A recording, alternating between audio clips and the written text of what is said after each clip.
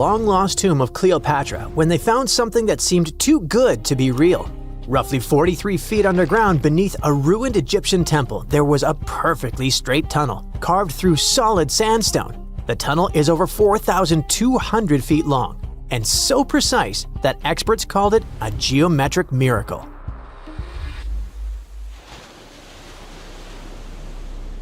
The tunnel sits beneath an ancient city west of Alexandria, near Egypt's Mediterranean coast. The team that found it carefully peeled back layers of stone and debris until they hit this passage, about 6.5 feet tall, cut cleanly into bedrock. There were no collapse marks or wandering curves, just precision. If you've ever tried to drill a straight hole into a wall at home and failed within seconds, imagine doing this underground for nearly a mile. Ancient builders had no GPS, no lasers, no modern surveying tools. Yet, this tunnel stays remarkably level over its entire length. That means they understood gradients, angles, and distance in a way that goes far beyond stack stones and hope. Engineers today rely on machines to maintain that kind of accuracy underground. These people relied on knowledge, repetition, and patience. Parts of the tunnel now sit underwater or collapsed, probably after several earthquakes that struck the region centuries ago. Some experts think the tunnel may have once connected the temple to water sources or ritual areas closer to the sea. Archaeologists noticed that the Egyptian tunnel is an exact replica of the Eupalinos tunnel in Greece. It's believed to be one of the most important engineering achievements of antiquity, which only makes the Egyptian tunnel more special. Underground passages in ancient Greece linked temples to sacred springs. Back in ancient times, people moved through space in specific ways, underground and above, to reenact myths and journeys of gods. A tunnel like this could represent a path to the underworld, rebirth, or divine transition. Nobody would invest this much effort in construction just for decoration. Plus, in earlier digs at the site, archaeologists pulled up all kinds of artifacts, including coins with the names and faces of Cleopatra VII and Alexander the Great. They also found figurines, statues of deities, a mummy with a gold tongue, and even an entire cemetery packed with Greco-Roman style mummies. The perfect geometric tunnel isn't an isolated flex. Not far away, underwater archaeologists off the coast of Alexandria uncovered something that sounds like it belongs in a royal travel documentary. A 2,000-year-old pleasure boat that once glided along the Nile. And this wasn't just another fishing vessel or cargo barge. It likely stretched over 115 feet long and 23 feet wide, and had a decorated cabin, plus around 20 rowers, which turned the river into a moving palace. This isn't speculation pulled out of thin air. An ancient Greek geographer named Strabo wrote about these exact boats around the 1st century BCE. He described lavish vessels used by royalty during festivals and ceremonial outings in Alexandria. For years, historians treated that as a poetic exaggeration. Then, this wreck surfaced, and suddenly, Strabo sounded less like a storyteller and more like a witness. Even ancient art backs it up. The Palestrina mosaic from Italy shows richly decorated boats floating down the Nile. They match both the texts and the physical evidence almost perfectly.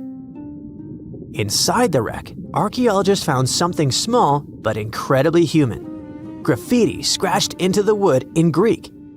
Just writing left behind by someone who stood on that deck 2,000 years ago. Researchers haven't fully decoded the text yet, but its existence alone matters. It tells us this wasn't just a floating symbol of power. People lived on it. It was sort of like a modern luxurious yacht, and the Nile was like a highway.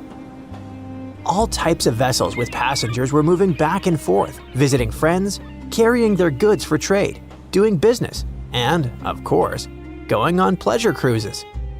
The location of the pleasure boat makes the story even better. The boat sat near the temple of Isis on Antirodos, an island that once hosted royal and religious buildings before earthquakes and rising seas erased it from the surface. That temple collapsed around 50 CE, and researchers believe the boat may have sunk during the same disaster. Another recent find that has to do with life on the Nile is the lower part of the massive worship complex about 10 miles southwest of Cairo. It connects directly to an upper temple dedicated to Ra, the Egyptian deity of the sun. The newly excavated part is a 4,500-year-old valley temple. The upper temple sits on higher ground, and archaeologists excavated it years ago. The valley temple is closer to the Nile, and it's connected to the upper part by a causeway. A German Egyptologist actually started excavating part of the temple back in 1901, but the groundwater sat much higher then, and he had to stop. Now, the groundwater level is lower, and a modern team has managed to excavate about half of the Valley Temple since 2024. Once they got in, archaeologists uncovered the remains of a columned entrance portico. Then they found blocks carved with a calendar of religious events, almost like an ancient public schedule.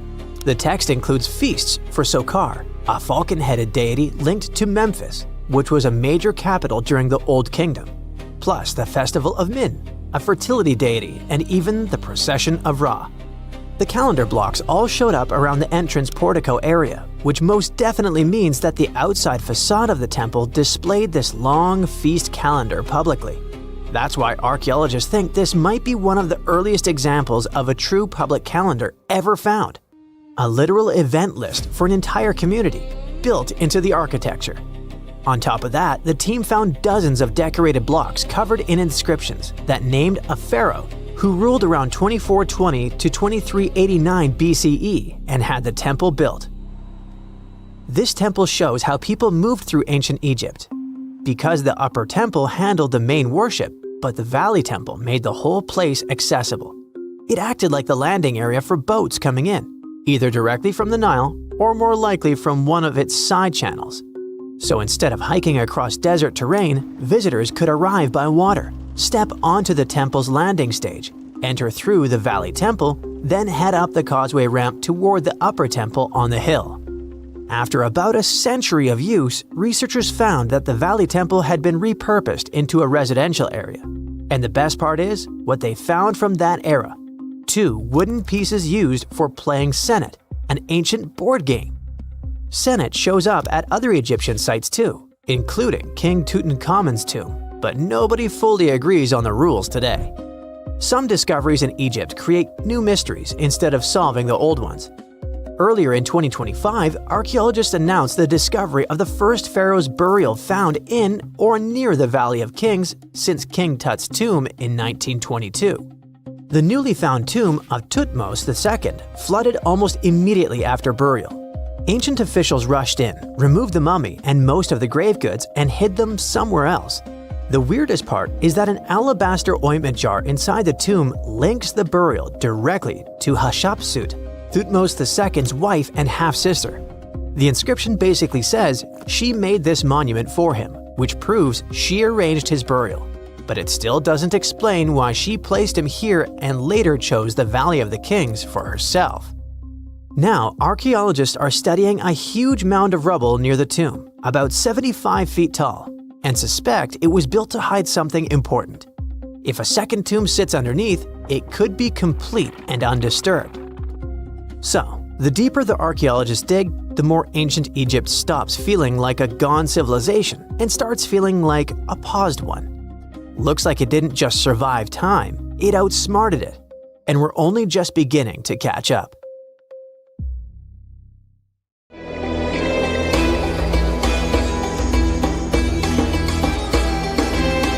The Great Pyramid was created as the final resting place of ancient Egyptian monarch Khufu. According to legend, French leader Napoleon entered the Great Pyramid and came back out looking shaken and super pale. He never revealed what he saw inside, but whatever it was is said to have affected him for the rest of his life. When Napoleon entered the pyramid, he would have walked through a super tight and ascending passageway. He'd then go through another passageway, known as the Great Chamber. This corridor would have been much taller than the previous one, and would have cobbles too. He'd then reach the King's Chamber, the centerpiece of the Great Pyramid, which was lined with huge blocks of granite. But it wouldn't have looked as grand as we might imagine. There are no hieroglyphics decorating its walls, as Egyptians only began decorating the burial chambers of pyramids much later on. The pharaoh's tombs deep inside the pyramid would have also been filled with treasures, from chunks of gold to the world's most expensive jewelry. But this would have all been looted a long time ago. The only thing that probably would have been left in there would have been a huge sarcophagus, which would have once contained the king's mummy. You'd also have to walk past the queen's chamber. This room most likely didn't hold any queens though, as pyramids were usually only built for one person. There are mysterious tunnels leading from here. To this day, no one is really sure what they're there for. And that's not the only mysterious and creepy thing Napoleon may have encountered, as stories of pharaohs leaving ancient curses on pyramids go way back. Many pyramids had warnings written on the outside, telling of horrifying things that would happen to those who entered and disturbed the peace. We might not know what exactly Napoleon found in the Great Pyramid that scared him so much, but we know for sure what was found in Tutankhamun's tomb. Tutankhamun was an ancient Egyptian pharaoh who was only 8 or 9 years old when he took to the throne. He became a cultural phenomenon when his tomb was discovered almost completely intact in 1922. His pyramid sits in the Valley of Kings in Thebes, modern Luxor, which is in Egypt. Unlike the Great Pyramid, Tutankhamun's tomb was covered in beautiful wall decorations. The walls told the story of how he would travel to the afterlife through the underworld. Egyptians believed all people would have to take this journey, so they would fill their tombs with objects and paintings to help them get there. There'd also be spells painted on the walls. They believed this would help people pass over to the next realm. The journey would be pretty long, and for that reason, the ancient Egyptians would also fill the pyramids with food. Tutankhamun's pyramid was filled with 8 fruit baskets. They even found something called gingerbread fruit in there. The rooms were jam-packed with furniture, statues, clothes, and staffs, amongst a whole bunch of other things. You'd likely find a lot of clothes and expensive jewelry in the pyramids as well. The ancient Egyptians wanted their ancestors to travel in style to the afterlife. They put Tutankhamun in his final resting place with over 50 pieces of clothing, all of the highest quality. There were tunics, scarves, gloves, and headdresses, and a ton of jewelry. Bracelets, pendants, necklaces, rings, and scarabs for protection were all found inside. Each of them was made of gold or precious stones. There were also fans made of ostrich feathers to keep the old pharaoh cool in the hot Egyptian sun. But the temperature inside the pyramids never actually went above 68 degrees Fahrenheit. The ancient Egyptians developed a super cool air conditioning system that we don't fully understand even today. Tutankhamun's pyramid also contained 130 walking sticks made from ebony, ivory, silver, and gold to help him on his journey. There were 3 chariots hidden away in case he got tired of all the walking. They also put 11 boat paddles inside, but there was no sign of any boat. The pyramids would be littered with the pharaoh's favorite scents and perfumes. During the excavation of Tutankhamun's pyramid, it quickly became clear that it had been robbed during ancient times. There was damage to doors and traces of oils left in empty jars. It looks like someone raided the pyramid for gold and the scents, perfumes, and oils that had been left for King Tut. There was still a bit of perfume, which was made from coconut oil and frankincense, left in one bottle. It seems like Pharaoh Tutankhamun loved board games. There was an ivory traveling set of Senet in his pyramid. Although we don't know for sure exactly how to play it, we have figured out it was sort of an ancient Egyptian version of backgammon. It looks like it was a 2-player game where the goal was to knock your opponent off the board. Not really sure who Tutankhamun's mummy was supposed to play with though. The ancient Egyptians had some rituals that may seem pretty strange to us. For example, they used to shave their eyebrows off if they ever lost a cat. So it's not too surprising they put some really weird things inside pyramids. Archaeologists discovered a collection of mummified cats and scarab beetles in pyramids that date back more than 4,000 years. They were found in the pyramids of Saqqara, which is south of Cairo. They also found a bunch of makeup kits and mirrors inside. Makeup was worn proudly by both men and women in ancient Egyptian times. Eyeliner was the most popular cosmetic. The Rosetta Stone was one of the best discoveries ever made in pyramids. It was found by our man Napoleon Bonaparte and his team. It's a black granite rock that dates back to 196 BCE. It's transcribed in Greek, Demotic, and hieroglyphic. When it was translated in 1822, we got the key to understanding ancient Egyptian hieroglyphics for the very first time. The discovery of Queen Hatshepsut's mummy in 1903 changed our understanding of the Egyptians forever. After she had passed away, her successor, Thutmose III, removed most of the evidence of her reign, so we basically knew nothing about Egypt's first great female leader. She's now gone on to become one of the few and most famous female pharaohs of Egypt. Pharaoh Khufu even had a fully fledged boat in his pyramid. Archaeologists uncovered more than 1,200 pieces of a giant boat near the Great Pyramid at Giza. They reassembled the boat, and it's a whopping 144 feet long. It's most likely a solar boat, which was designed to carry the resurrected king with the deity Ra. Fun fact, the Pyramid of Giza is the last remaining of the 7 wonders of the ancient world. The other 6 are the Hanging Gardens, the Colossus, the Temple of Artemis, the Mausoleum, the Lighthouse, and the Statue of Zeus. This pyramid was also the world's tallest man-made structure for 3,800 years, and it's the biggest pyramid in Egypt. It took a staggering 2.3 million blocks of limestone, and some weighed as much as 80 tons. It took an incredible 100,000 laborers and a whopping 23 years to build. Its original height was a mega 480 feet. In 2017, archaeologists discovered something weird about Egypt's Great Pyramid. There's a hidden void that's at least 100 feet long, and no one really knows why it's there or what's actually inside it. The weird void is the first inner structure discovered within the 4,500-year-old pyramid since the 1800s. Scientists used cosmic rays to detect the massive hole, but are still no closer today to finding out what's inside. The ancient Egyptians took a lot of care building the pyramids, and everything was strategically placed and structurally sound, so it's super unlikely that this hole is due to blocks falling over time.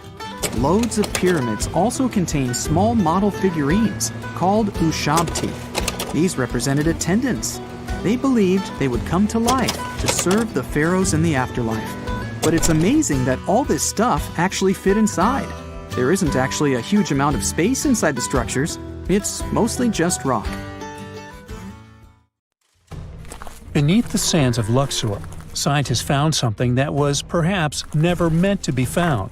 Over 1,000 decorated stone blocks that belonged to the ruined temple of a woman pharaoh. It got us thinking, why was this temple so brutally destroyed, and who was this woman? Her name is Hatshepsut, and she is now considered one of Egypt's greatest pharaohs, but for a long time, history almost forgot her. She ruled during the 18th dynasty, from around 1479 to 1458 BCE. She's remembered for her ambitious building projects, successful military campaigns, and flourishing trade expeditions. It turns out she was one out of 4 women to take the title of pharaoh in Egyptian history. The next woman would have to wait for 1,500 years to reign, and that woman we know as Cleopatra. The story of how Hatshepsut got to be a pharaoh is the most colorful part of this tale. As far as most dynastic rules go, it's usually men that are first in line for royal thrones. In Egypt, that was the same. That's why, when Pharaoh Thutmose I had a daughter as his firstborn, that was a big no-no as far as his succession line went. A few years later, Pharaoh Thutmose I passes away. The crown passed to Thutmose II, who ruled briefly, only to leave the throne to his infant son, Thutmose III. In this scenario, Hatshepsut was this pharaoh's stepmother. So what happened was that Hatshepsut served as advisor to her stepson, since he was too young to rule on his own. But after 7 years, she made an unprecedented move. She decided to seize power and declared herself Pharaoh of Egypt. Now this was not a simple power grab. Hatshepsut understood that if she wanted to rule, she had to present herself as a legitimate king. In a bold move, she adopted the full royal regalia, including the false beard traditionally worn by male pharaohs. She was often depicted in statues and hieroglyphs as a man, wearing the pharaoh's kilt and headdress. But this wasn't about disguising herself. Experts believe she never tried to hide her identity. Inscriptions on her statues often included feminine titles, like Daughter of Re, or grammatical structures that combined male and female terms, such as His Majesty herself. This showed that while she adopted traditional symbols of kings, she still acknowledged her true gender. But she needed to go even further. To legitimize her rule, she crafted an elaborate origin story. She claimed that the deity Amun himself had visited her mother in the form of her father, Thutmose I, and that she was his divine daughter. Now, this was no small claim, since pharaohs were seen as deities on earth. By aligning herself with Amun, she strengthened her right to the throne. In temple carvings, she depicted this divine birth with Amun, presenting her as his rightful heir. These narratives weren't just mythology, they were tools, ensuring her position remained unchallenged. Hatshepsut also took a new name, Ma'at-Kari, which translates roughly to "truth is the soul of the sun god." The word Ma'at was central to Egyptian beliefs. It represented order, justice, and divine balance. Pharaohs were expected to uphold Ma'at to ensure Egypt's stability. By calling herself Ma'at-Kari, Hatshepsut was likely reinforcing that she was a legitimate and rightful ruler. Her reign was truly great. She led Egypt into an era of peace and prosperity, launching massive building projects and restoring temples across the kingdom. Her most famous achievement was the construction of her temple at Deir el-Bahari, a pretty impressive architectural masterpiece carved into the cliffs of Luxor. Hatshepsut initiated one of the most ambitious construction projects in ancient Egyptian history, commissioning monuments, temples, and obelisks to immortalize her reign. It's argued that she continued with the construction of the Avenue of the Sphinxes, a grand road lined with statues leading to the Karnak Temple. For many, her shining architectural achievement was the towering obelisk she had carved from single pieces of granite. One of these, weighing over 320 tons, still stands today. Now, beyond building, she expanded Egypt's influence through trade. She sent an expedition to the mysterious land of Punt, believed to be modern-day Somalia or Eritrea, bringing back riches like gold, ivory, and exotic animals. Her fleet of ships sailing the Red Sea marked the first recorded trade mission of its kind, establishing economic ties that would benefit Egypt for generations. Yet, for all of her success, something strange happened after Hatshepsut passed away. Her successor, aka her stepson Thutmose III, who had been overshadowed by her rule, took a drastic step. He ordered her name to be erased from history. Her statues were defaced, her inscriptions chiseled away, and her achievements credited to other rulers. It was as if she had never existed. Some believe Thutmose III wanted to reclaim his rightful place as pharaoh, while others suggest that later rulers, uncomfortable with the idea of a female pharaoh, sought to restore traditional male dominance. The story gets even more tragic. The power struggle between stepmother and stepson continues, since, even after her passing away, Thutmose III built his own temple right next to Hatshepsut's at the Valley of the Kings. But he built his temple with one deliberate modification. His monument was built 11 feet higher than hers. Mind you that this was no accident, it was a symbolic statement. He wanted to overshadow her legacy. But history had other plans. Hatshepsut's legacy started to be rediscovered in the 19th century, and it was only through careful archaeological investigation that her reign was properly recognized. Today, Hatshepsut is remembered as one of Egypt's greatest pharaohs. Her reign, once erased, has been reconstructed through constant archaeological discoveries, proving that her power and influence could not be so easily forgotten. Her resting place had been hidden in plain sight, her body removed from its original chamber in an effort to erase her from history. This final piece of evidence cemented her legacy, proving that even attempts to erase a pharaoh could not really do it. Hatshepsut's grand temple, Djeser-Djeseru, was a stunning architectural feat, designed to immortalize her reign and solidify her divine connection to Amun. But after her death, her successor, Thutmose III launched that calculated effort to erase her legacy, and parts of her temple were dismantled. Historians still debate why. Was it a dynastic power move, an attempt to restore traditional male rule, or a bid to strengthen Thutmose III's claim to the throne? Maybe he was just a jerk. Whatever the reason, the destruction wasn't immediate. It happened decades after her death, suggesting it might not have been a personal revenge, but a broader political strategy. Yet, despite these efforts, her temple endures, and so does her story, a defiant echo of Egypt's first great female pharaoh. Let's travel through space and time to another place. Dahshur, Egypt, is known to be home to several resting places of people from ancient Egypt. In the year 2017, scientists uncovered a long-lost pyramid. They quickly called the Ministry of Tourism and Antiquities because they suspected it was going to be a big deal. Unlike most pyramids that were found in the area, this one was completely sealed. Lifting the capstone was a delicate process. When they finally managed to open the pyramid, they expected to find an undisturbed chamber. Instead, it was chaos. The place had been looted, and the personal items of the person that had passed away were scattered all over. But in the middle of the wreckage, they found a chest. Using the latest scanning technology, they managed to read the damaged hieroglyphs on its surface. What they found was unbelievable. The name inscribed there was as clear as day: Princess Hatshepsut. Ooh. The discovery made in 2017 also opened up a lot of questions. After further analysis, scientists discovered the remains belonged to another Hatshepsut. It belonged to a princess that lived during Egypt's 13th dynasty. The fact that a resting place had been looted before it was sealed made scientists wonder, were these ancient people trying to hide something about this public figure? And why is there almost no record about her in ancient Egyptian history? Ooh, stay tuned.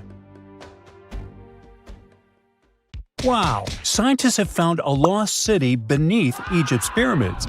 And it's incredibly large, bigger than the biggest target you can imagine. Underground chambers, passageways, and vertical structures. Scientists have no idea what purposes they serve. But let's start from the very beginning.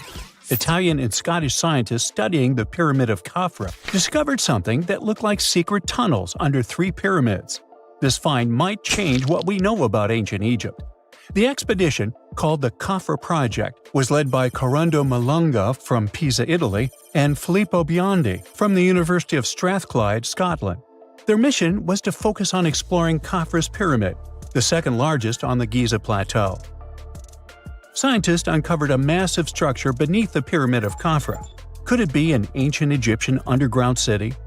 The experts analyzed the data they had and came to the conclusion that 8 large vertical structures could be hiding beneath, possibly wells or shafts. They extend a staggering 6,500 feet across. Imagine placing 2.5 Burj Khalifas on the ground, one after another, and you get the sheer size of this find. These shafts also plunge nearly 2,000 feet underground.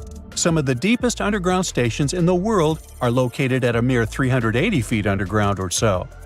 These cylindrical shafts are surrounded by spiral paths. Picture some old Gothic castle. They're connected to 2 giant, weirdly shaped chambers. Are those cubes? Or possibly bowls? Each of these chambers is likely more than 260 feet across. Now, even though we know about the structures now, no one has figured out their original purpose yet. Want to hear something even more shocking? Okay then, the team is almost sure that similar access points can be found under all 3 pyramids. In other words, all of them might be linked by a hidden system of underground tunnels, chambers, and passages.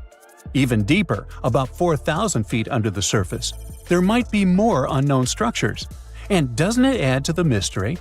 But the coolest news is that, according to some team members, these hidden structures near Giza pyramids could align with the legendary Halls of Amenti.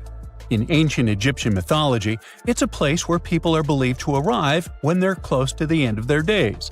There, they are said to take a 3-day-long trial, facing their biggest fears. Now, how did scientists even discover these hidden spaces? To uncover them, researchers used 2 satellites positioned 420 miles above Earth. They sent radar signals to the Giza Plateau, and these signals generated detailed images, which were later compiled into a 3D model of the underground layout, including the newly detected shafts. Then, using synthetic aperture radar or SAR technology, which is a type of radar that can penetrate through stone, the team also spotted 5 small room-like structures hidden deep within the pyramid. One of these chambers contained a sarcophagus, which was once thought to be the tomb of Pharaoh Khafre. But now, scientists believe this was a mistake. The true burial site is likely to be elsewhere. In any case, these 5 hidden rooms were completely unknown before the scans. They seem to be arranged in the center of the pyramid and are linked to underground pathways leading somewhere below the structure. There's an opinion that these tunnels could lead to more hidden chambers and wells. Some of them might be around 4,500 years old. Wow! What if they help us solve ancient civilization mysteries? Preliminary data suggests that all this underground space can be much more than a few empty chambers. There might be many more hidden structures near the Giza pyramids. How come? Well, the thing is, the structure appears to include hollowed-out sections with spiral pathways leading even deeper underground. Refining the images hinting at this could reveal an extensive subterranean network. It might be a whole city hidden under the surface. Now, despite the excitement surrounding these findings, there are also a lot of people who don't believe in the existence of the underground city.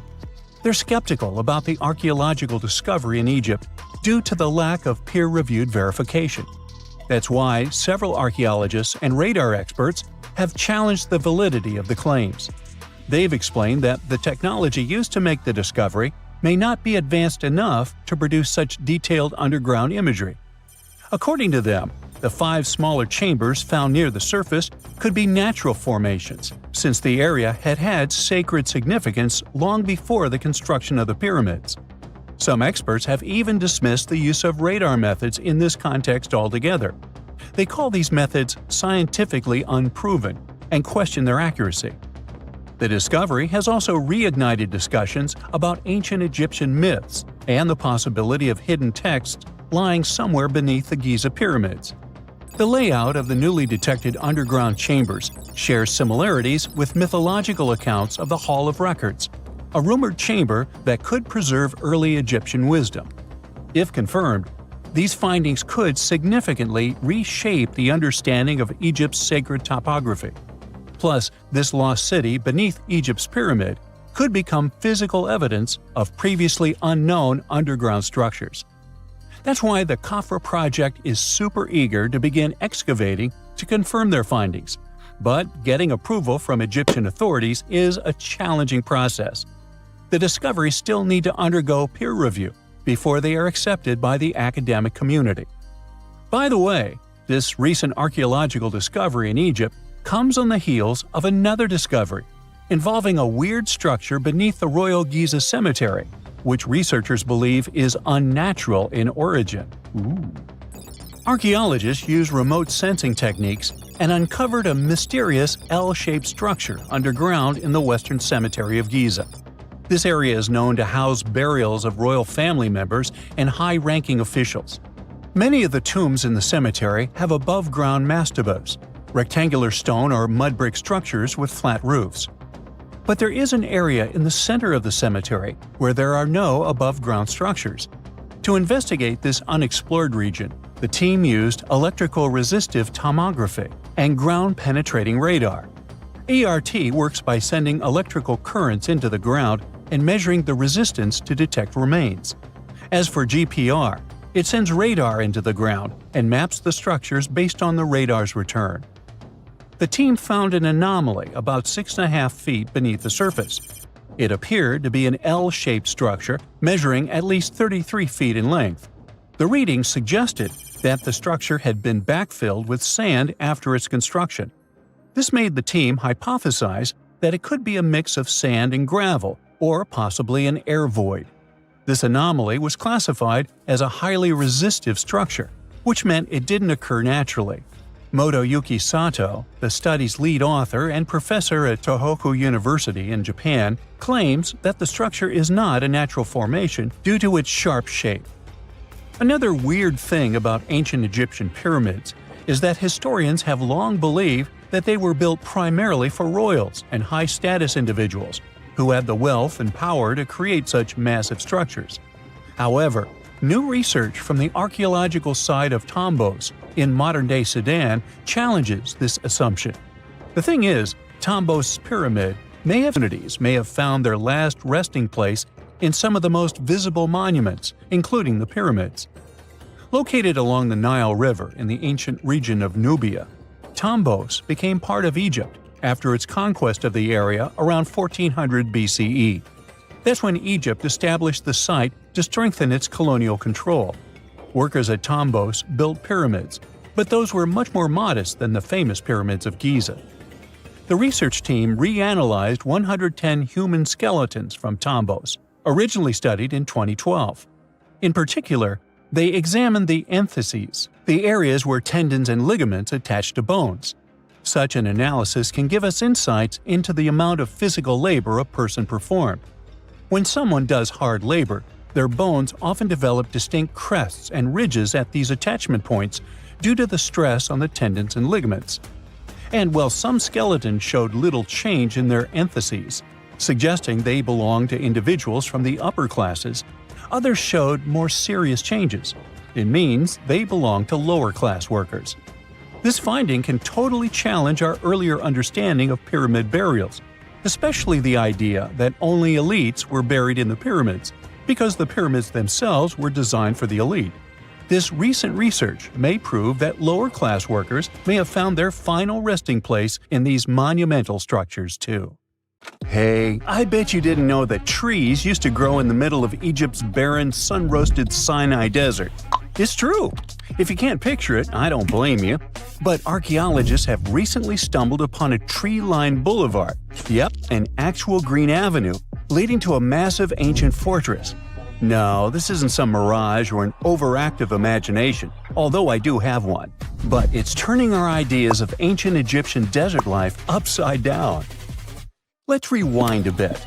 The site in question is called Tel Abu Saifi, located in the northern part of the Sinai Peninsula.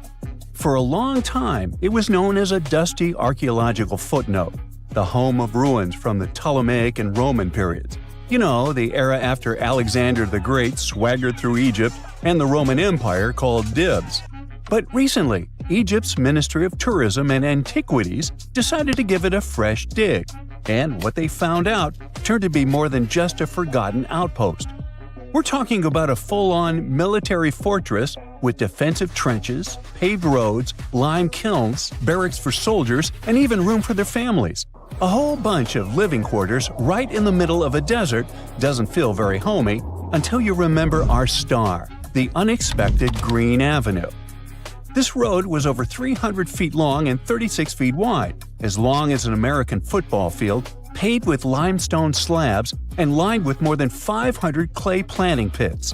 These weren't for show. They held actual trees, creating a shaded tree-line entrance straight to the fortress. Imagine walking through that, the sun blazing overhead, and suddenly, blessed shade. Ooh.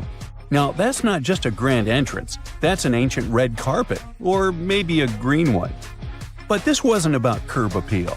The existence of hundreds of trees in a desert landscape over 2,000 years ago tells us something big. You see, the Ptolemaic Egyptians weren't simply good at building monuments, they were also masters of water management. In a place where rainfall is rarer than a selfie with a pharaoh, they somehow found a way to grow rows of trees. Now, let that sink in.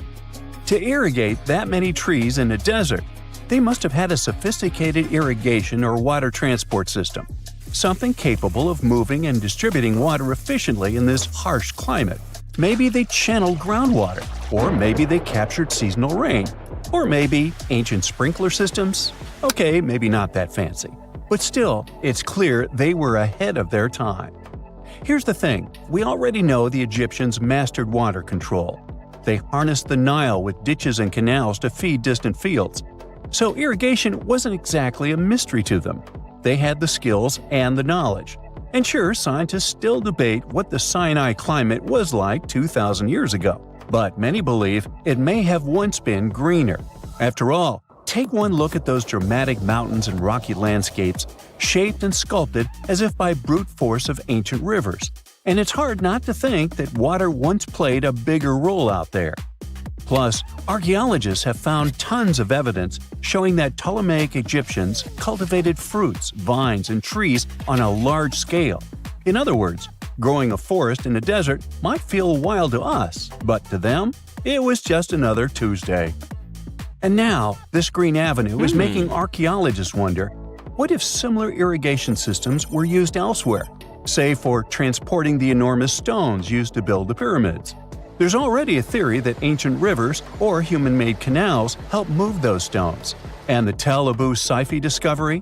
Well, it might just be the missing puzzle piece. This isn't just a dream. Back then, rivers were like highways, power grids, and cargo trains of the ancient world, all rolled into one. Egyptians used them for everything: irrigating crops, trading goods, powering industry, and even mobilizing for war. If you were doing something important, odds are it involved a river. But wait, it gets even better. Excavations revealed deep defensive trenches, like ancient moats, dug more than 6 feet deep around the fortress. Those weren't just muddy ditches. They were part of an elaborate defense system designed to be filled or bridged to control access. Think of it as ancient Egypt's version of a retractable security gate, minus the hydraulics. And while the trenches were keeping intruders out, life inside the fortress was bustling. Remember how we said archaeologists had found military housing units? It turns out soldiers might have lived there with their families. So this wasn't just a barracks, it was a thriving community, with meals, routines, kids playing, and probably a whole lot of ancient gossip flying around the dinner table. In addition to all the military stuff, researchers found 4 massive lime kilns used to produce quicklime, an essential ingredient for making construction mortar. These kilns are a big deal because they suggest that during the later Roman period, Tel Abu Saifi turned into an industrial hub. It was like the Home Depot of ancient Egypt, churning out materials to build and repair buildings. But here's where the plot thickens. Underneath all of this, beneath the roads, the trenches, the kilns, archaeologists found the corners of an even older structure, a mystery building. Could it be the remains of a third, much older fortress? Or an ancient cemetery or lost city? Nobody knows yet, but one thing's clear: this story isn't over. Honestly, this might be the coolest archaeological cliffhanger of the decade. So, what does this all mean? Well, for starters, it challenges everything we assumed about desert life in ancient Egypt. For the longest time, deserts were thought of as natural barriers, dry, deadly, and empty. But this find suggests that the desert might have once been green and full of life, not because the climate was dramatically different, but because the Egyptians were incredibly good at bending the environment to their will. They didn't just survive in the desert, they transformed it. It also adds fuel to the fire in the age-old debate about ancient Egyptian tech. If they could build a fortress with tree-lined roads, moats, irrigation, and industry in the middle of the Sinai, is it really such a stretch to imagine they could engineer water channels to move pyramid stones? Forget the Ancient Aliens TV show. Sure, it's entertaining, I'll give you that, but it makes us forget something crucial. Those people were brilliant. A lot of what we call modern technology is recycled ancient ingenuity. And who knows how much knowledge we've lost over time. Meanwhile, the dig continues. Scientists are now mapping the entire Tel Abu Saifi site, trying to piece together how all the structures connect. Some want to analyze soil samples to find traces of old tree roots and maybe even figure out what kinds of trees once grew there. Imagine if they were date palms. We might be looking at the world's oldest snack lane. You already know that the implications of the discoveries don't stop with history books, right? This kind of discovery has modern relevance too. Our world is going through a lot of change, with crazy weather and huge heat waves. So maybe we should be asking, what can we learn from ancient civilizations that once made the desert bloom? If nothing else, Tel Abu Saifi reminds us that the ancient Egyptians were more than just pharaohs, pyramids, and mummies. They were visionary planners, eco-architects, and straight-up problem solvers. They didn't wait for nature to hand them what they needed. They engineered it. And thanks to discoveries like this, we're getting a clearer picture of just how advanced and, frankly, how cool ancient Egyptian civilization really was. So next time someone tells you deserts are just empty wastelands, you can hit them with this fun fact. Over 2,000 years ago, in the heart of the Sinai Desert, there was a fortress with a tree-lined avenue, moats, military housing, an industrial center, and even a secret underground structure. Take that, sand dunes! Who knows what else is still buried out there, waiting to rewrite history? We know that the ancient Egyptians were talented enough to build something as grand as the pyramids, but were they also smart enough to measure the speed of light? There's a theory circulating online that says exactly that. If you look at these two numbers, you'll see that they match completely. The first one is the speed of light in a vacuum measured in meters, and the second one is the latitude of the Great Pyramid of Giza. So, was it done on purpose, or is it just a coincidence? Well, happily, we can tell you that it's actually just a coincidence, not another conspiracy thingy. The Great Pyramid is just one of the many places in the world that share the same latitude. And more importantly, even if the ancient Egyptians had somehow measured the speed of light and chosen to keep it a secret from the rest of the world, they wouldn't have used meters to put it down. Meters were only defined at the end of the 18th century. The builders of the pyramids used a different unit of measure called cubits. 1 cubit is equal to 1.5 feet. Cubit was based on the length of the arm from the elbow to the tip of the middle finger, and it became popular in the ancient world. So if they wanted to impress the rest of the world and set the pyramids at a point that matched the speed of light in cubits, they would have to build their iconic constructions somewhere in Europe. And then the Danish astronomer who first measured the speed of light in 1676 would have been really upset to know that someone had done it centuries before him. So although they were ahead of their time in many aspects, the ancient Egyptians never measured the speed of light or used longitude and latitude to map their locations. The base of the Great Pyramid of Giza might seem like a perfect square, but it's actually an 8-sided structure, not 4-sided. Each of its 4 sides has a subtle concave indentation that splits it evenly from base to tip. The official version is that a British pilot was the first to notice it in 1940 while flying over the pyramid. He took a photograph that showed shadows highlighting these indentations. Some people think these lines are only visible from above and can best be seen at dawn and dusk during the spring and autumn equinoxes. This has led to a freaky theory that the ancient Egyptians might have designed the pyramids to communicate with something looking at them from above. Now, the Great Pyramid is one of only 3 pyramids that used to have a swivel door. It weighed around 20 tons, but they could still easily open it from the inside. Its precise fit made it nearly invisible from the outside, with no visible latch or handle. There were only slight variations in the exterior stone that gave out an opening. The other 2 pyramids with similar doors belonged to Khufu's father and grandfather. The Great Pyramid also has a hidden void at least 100 feet long that was only found in 2017. We still don't know what lies within the space, what purpose it served, or if it is the only space of its kind. Researchers used the same tech to see through cathedral walls, Mayan pyramids, and even volcanoes. It depends on a natural shower of subatomic particles called muons. They pass more easily through empty space than through solid materials. So if they arrange multiple muon detectors around a structure, scientists can map out its solid and empty areas. A team of scientists placed muon detectors inside the Great Pyramid and allowed them to gather data for months.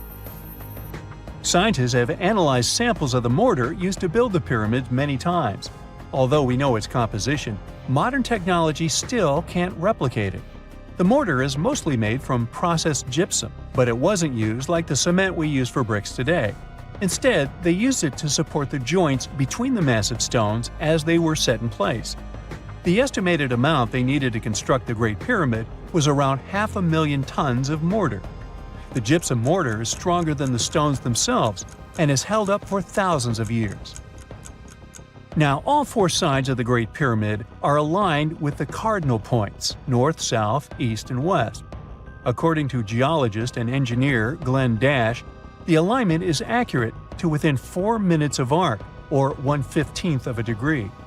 The architects managed to achieve this without modern tools like drones, blueprints, or computers. Many researchers try to explain this construction miracle. Maybe they used the pole star or the sun's shadow. Dash recently proposed a new, simpler idea. The Egyptians might have used the autumnal equinox to align the pyramids. It happens twice a year when the Earth's equator passes through the center of the sun's disk, making day and night nearly equal in length. To test his theory, Dash conducted an experiment on the 22nd of September 2016, the first day of the fall equinox. He used a special rod the Egyptians had to cast a shadow and tracked its tip at regular intervals, forming a smooth curve. By connecting 2 points of the curve with a taut string, he created an almost perfect east-west line. Dash noted that on the equinox, the shadow's tip runs in a straight line, nearly perfectly east-west, and with a slight counterclockwise error. There's a similar error in the pyramids. Although his experiment was conducted in Connecticut, Dash believes that the same method would work in Egypt.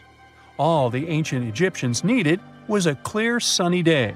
They could determine the fall equinox by counting 91 days from the summer solstice. But they left us few clues, and no engineering documents or architectural plans have been found that explain their methods. So they might have mapped shadows, but it's not definite. Now, scientists have long wondered how heavy stone blocks were carried to the pyramid sites, and they might finally have an answer. A research team from the University of North Carolina, Wilmington, has discovered that 31 pyramids are likely to have been built along a long-lost ancient branch of the River Nile. It's now hidden under desert and farmland. For many years, archaeologists have thought that ancient Egyptians must have used a nearby waterway to transport materials, equipment, people, and whatever else they needed to build the pyramids on the river. But up until now, they weren't certain of the location, shape, size, or proximity of this waterway to the site of the pyramids. The group of researchers used radar satellite imagery, historical maps, geophysical surveys, and sediment coring to map the river branch. They believe it was buried by a major drought and sandstorms thousands of years ago. The team managed to go below the sand surface and get images of some hidden features thanks to radar technology. They found hidden rivers and ancient structures running at the foothills of where most of the ancient Egyptian pyramids lie. The discovery of this extinct river branch helps explain the high pyramid density between Giza and Lisht, in what is now an inhospitable area of the Sahara Desert. Now, Egypt isn't the only country with the most pyramids in the world. The champion's title here goes to its southern neighbor, Sudan. It has between 200 and 255 pyramids, compared to Egypt's measly 138. They were built by members of the Kingdom of Kush, an ancient civilization that ruled the lands along the Nile River many years ago. They started erecting pyramids around 500 years after the Egyptians had stopped doing it. Their pyramids are much smaller than the Egyptian ones, but were built for the same purposes. Archaeologists are still working to find out how the pyramids in the Sudan were built, how long it took to complete them, and what happened to their society. This is not a dune set. This is a very real desert in Niger. Jado was probably built by the nomadic Sao people and is filled with ksars, which are fortified houses made of salt and clay, with giant walls and secret passages. Located deep in the desert, it was once a vital stop for trans-Saharan caravans, but is now a hotspot for smugglers and bandits. The site has been off-limits since 2002 due to its dangers. The origin of the ksars remain a mystery. No archaeological studies have been conducted, leaving many questions unanswered. Even today, shifting sands reveal and conceal parts of these ancient ruins, fueling local speculation about what might still be hidden beneath the desert. Speaking of connective tunnels, scientists were blown away by the discovery of lava tubes in Saudi Arabia. These underground passages form when molten lava cools down. Researchers believe that ancient nomadic groups may have utilized these tunnels to survive the super harsh desert climates. While excavating the tunnels, archaeologists uncovered artifacts, rock art, and skeletal remains. The art and animal bones show that the people who used the tunnels were probably sheep and goat herders. They're still piecing together whether these groups lived in the tunnels for extended periods or just used them as temporary shelters.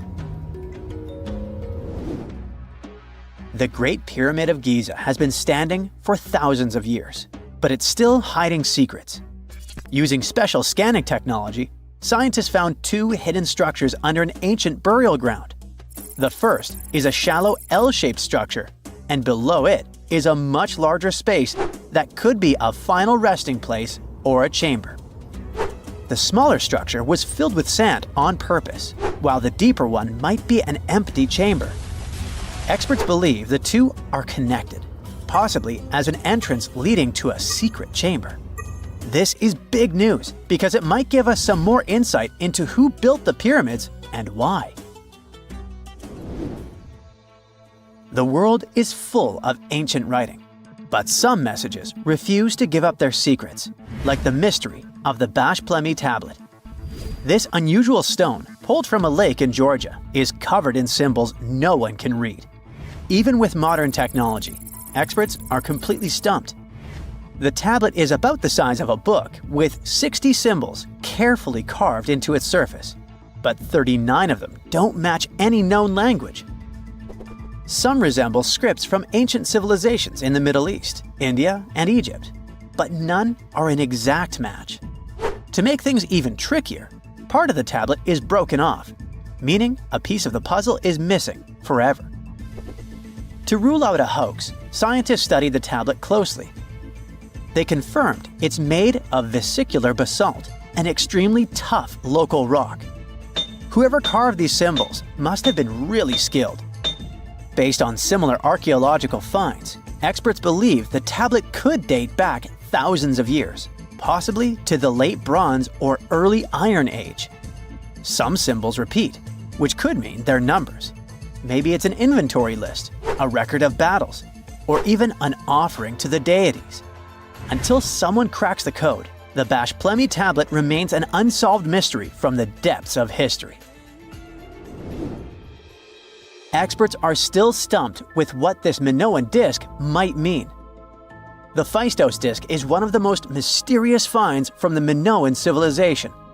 This 6-inch clay object, discovered in 1908, has strange spiral markings that no one has fully decoded yet. The disc has 241 symbols on both sides, showing everything from people and animals to tools and plants. Experts have come up with many theories about what the symbols mean. Some think it's an early form of Greek. Others suggest it's a prayer or a hymn. And some even believe it could be a letter from a king in Anatolia to a Greek ruler. Let's see who will be the first to figure this out. It's always a fun day at an archaeologist's office when they find something as big as a 2,000-year-old marble head. A French archaeologist mission went digging inside an old medieval house near Alexandria in Egypt and found a statue's head depicting an old, possibly ill man. This statue dates from the last Egyptian dynasty before it became part of the Roman Empire, and the site where it was found is associated with the likes of Cleopatra and Mark Antony. For archaeologists, even the smallest finds at this site means a lot. You've heard of Lucy, right? The Australopithecus that was an early ancestor for us humans. Well, scientists found some of her species' footprints somewhere in Tanzania. The so-called Laetoli footprints are over 3 million years old. The trail stretched 88 feet and has about 70 footprints, left behind when a bunch of early humans walked across some wet volcanic ash. What's cool is that these early humans were already walking on 2 feet, like us, not all hunched over like apes. The close spacing of the prints shows they probably had short legs and a shorter stride than we do today. In an ancient Egyptian temple, archaeologists uncovered a shrine unlike any other, a place dedicated to falcons and 2 mysterious deities. One deity had a falcon's head, while the other wore a crown with a sun disk and cow horns. But the most baffling discovery was an inscription that read, it is improper to boil a head in here. At the heart of the shrine, there are 15 headless falcons carefully arranged on a pedestal, likely as offerings to the falcon-headed deity. One theory suggests the birds were boiled first, perhaps to pluck their feathers, before being placed in the shrine, following the strange rule carved into stone. Archaeologists also found a 13-inch iron harpoon nearby. Its true purpose remains unknown, although the shrine also held remains of fish, mammals, and bird eggs, suggesting that the rituals may have included feasting. And speaking of ancient Egypt, meet Hathor.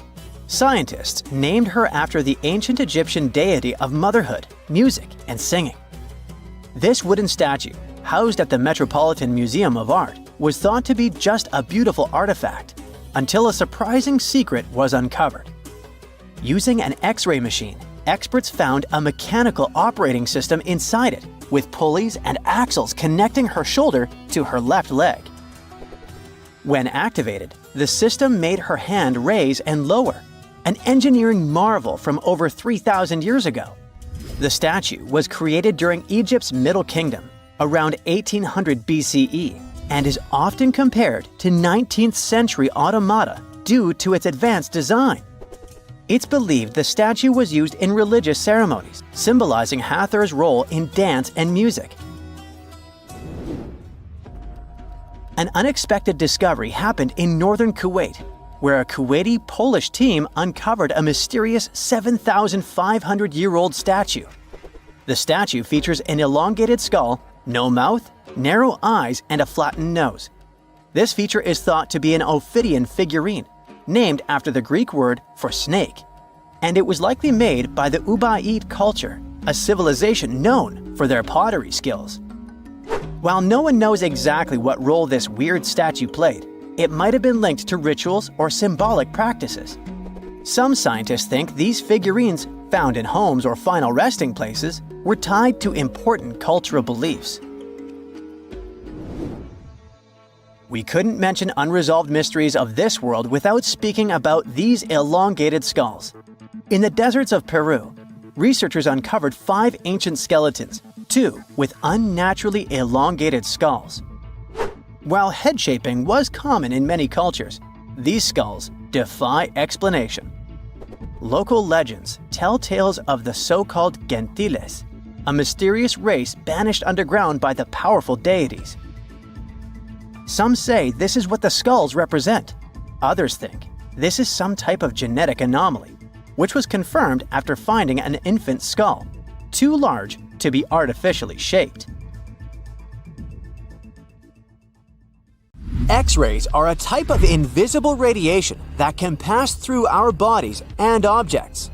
They're very important in the field of medicine because they allow doctors to see inside our bodies without having to perform surgery. Now, let's dive into how X-rays work. They're a kind of electromagnetic radiation, just like light or radio waves. However, they have much higher energy than light, which makes them able to go through objects that light cannot. Imagine you have a powerful flashlight. If you try to shine it through a wall, the light won't go through because the wall is too thick. But these rays have enough energy to go through walls and even our bodies. The discovery of X-rays happened by accident in the late 19th century. A scientist was experimenting with cathode rays, which are a type of radiation. He was working in his lab and noticed that a nearby fluorescent screen started to glow, even though it was not directly exposed to the cathode rays. He realized that something invisible was causing the fluorescence, and he named it X-ray, because X is the mathematical symbol for something unknown.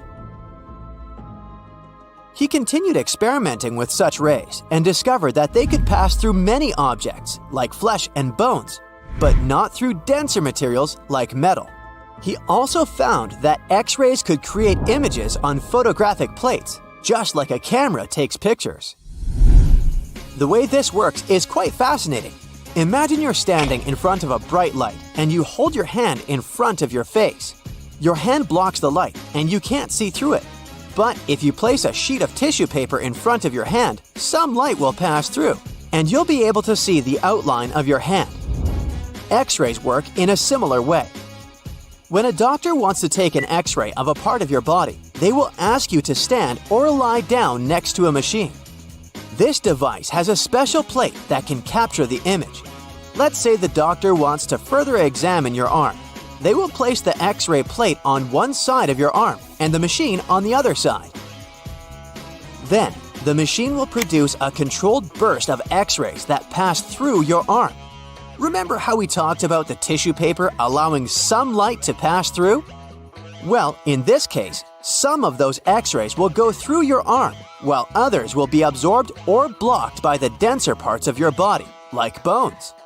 The plate captures the X-rays that pass through your arm, and it creates an image. This image shows the bones and other structures inside your body, allowing the doctor to see if there are any problems or injuries. Now, you might be wondering why X-rays can pass through some things but not others. It has to do with the density and composition of the objects. Denser materials like bones absorb more X-rays, so they appear white in the image.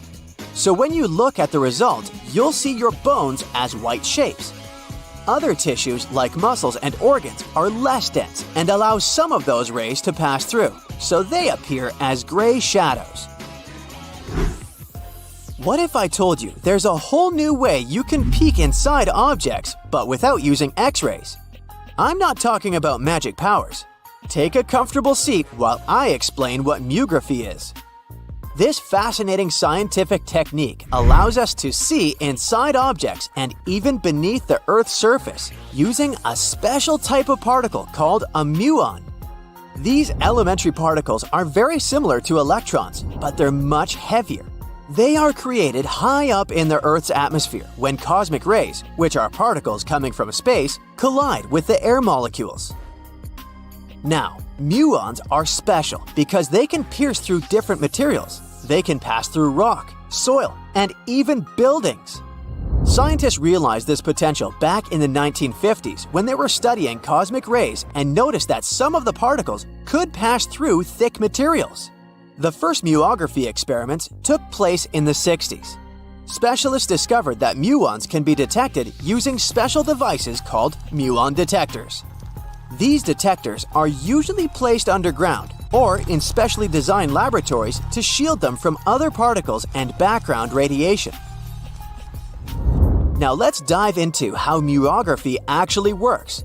Imagine you have a large object, like a pyramid, a mountain, or even an ancient statue, and you want to see what's inside without damaging it. First, detectors are positioned around the object or in the area you want to examine. These detectors are sensitive to muons and can track their paths. When such a particle passes through a detector, it leaves a trace, like footprints in the sand. By collecting data from multiple detectors, scientists can reconstruct the paths. Here's where things get really cool. The Earth's atmosphere acts like a natural filter for muons. It turns out that the more massive an object is, the more particles it will block. So, if you have a large, dense object like a mountain, fewer muons will pass through it compared to a smaller, less dense object, like an empty box. This difference in the number of particles that reach the detectors can give us clues about what's inside the objects. Scientists use computer algorithms and mathematical techniques to analyze the data and create images. These images represent the density distribution of the object being studied. It's like creating a map that shows where the densest areas are and where there's gaps inside the object. The concept of muography is similar to using shadows to understand the shape and size of an object. Imagine you're standing in front of a bright light and you place your hand between the light source and a wall. You'll see a shadow of your hand on the wall. Based on the shape and size of the shadow, you can get an idea of what your hand looks like, even though you can't see it directly. This technique has been used to study various objects and structures. For example, scientists have used it to explore the inside of volcanoes and pyramids, and even to investigate the structure of mountains and the Earth's crust. With the help of this amazing technique, scientists have now uncovered new information about the Great Pyramid of Giza. They discovered something that had eluded tomb raiders for centuries. They found a hidden chamber. And guess what they named it? The Big Void. Yeah, I know, not the most creative name. They even used 3 different muon detection techniques just to be super sure that it was indeed a big, mysterious void inside the grandest pyramid of them all. Once news got out about this mind-boggling discovery, Egyptian authorities couldn't resist the temptation to explore further. So they brought in an endoscope camera to confirm the existence of this epic void. So they inserted a camera through one of the openings underneath the entrance, and voila! It revealed a corridor. More so, the corridor had a chevron ceiling. I can't help but imagine the ancient Egyptians using it as a cool dance floor. Another team of scientists decided to take another shot at scanning this newfound void. According to them, the Great Pyramid of Giza is a pioneer in the pyramid game. It used a technique called chevron to cover internal structures and keep them from collapsing. Now, why did the ancient Egyptians build this corridor and the grand void it leads to? One theory suggests that the corridor was built to relieve pressure inside the pyramid. Another theory says that the void could be a result of the pyramid's construction process. It could have been an internal ramp used to move roof blocks into position, and then it was left there or filled loosely with rubble. According to other enthusiastic explorers, there might be another burial chamber waiting to be discovered. They believe that the pyramids were built with a dash of randomness in the construction process. As the builders worked their magic, they realized that some chambers wouldn't be able to handle the weight of a majestic sarcophagus. So they made adjustments on the fly, creating new plans as they went along. During the early 1920s, the world was mesmerized by King Tut. A British archaeologist, Howard Carter, discovered the young pharaoh's tomb in Egypt's Valley of the Kings, 1922. But the public wasn't only interested in gold and jewelry. The press wrote about the curse of the pharaohs. But was it true? Was an ancient curse really the reason everyone entering the pyramids lost their lives? At the time, this was the only explanation for a series of unexplained passings. The man present at the opening of King Tut's burial chamber, George Herbert V, Earl of Carnarvon, lived only 5 more months after the discovery. He had also sponsored the dig. In comes Sir Arthur Conan Doyle. You probably know of him, the English writer behind Sherlock Holmes. He claimed that an evil elemental caused the explorer's demise. He must have been joking, right? Unfortunately, no. The newspapers continued to blame the pharaoh's curse after every Egyptologist left this world. These are the scientists who study the ancient cultures of Egypt. The archaeologist who opened King Tutankhamun's tomb passed away full 17 years after the discovery. The reason for it wasn't a secret: Hodgkin's disease. Yet again, journalists around the world wrote of a curse. This was getting ridiculous. But science must have had a rational explanation, right? Well, it did. And that explanation was common mold. Harmful fungi, Aspergillus, can survive for ages in sealed tombs. When humans inhale them, there's a high risk of infection in people who have a weakened immune system. Today, doctors believe this is what happened to the unfortunate explorer more than a century ago. Scientists now know that this type of fungi grows especially well on grain. And King Tut's tomb was full of offerings in the form of baskets full of raw grain and bread. Researchers discovered other varieties of fungi on ancient Egyptian mummies. These molds can easily cause some nasty consequences for humans. The danger of rotting organic material is real. Just look inside your fridge. Any food leftovers you have there start to go off after just 3 to 4 days. You can imagine what happens to food in a sealed chamber after thousands of years. Food is just one kind of organic material. There is also wood. If you expose it to water or even moisture in the air, it starts to deteriorate. You don't have to travel to Egypt to see the effects of this process. Any abandoned building in your neighborhood can serve as an example. When a piece of wood gets wet and has no way of drying out, there is going to be damage. From fungi to wood-boring insects, the list is long. Rotten wood presents a huge structural issue. Beams and floor panels are all made of timber, so you better not go inside a failing building. You can easily lose your footing. But this is just the tip of the iceberg. The building materials since the time of the pharaohs have changed, but so have the dangers. One of the best examples is asbestos. Until the 1970s, most home insulation materials contained this substance. It was in everything, from boilers to soundproofing. This microfiber provided excellent heat insulation. But then, the United States banned asbestos in 1989. The UK did the same a decade later. The reason for it is that asbestos becomes a health hazard when it gets damaged. When humans inhale asbestos fibers, they can get seriously sick. Abandoned structures are full of this material, and there is no one to maintain them. You see the danger now. Another material is also common in old buildings: lead.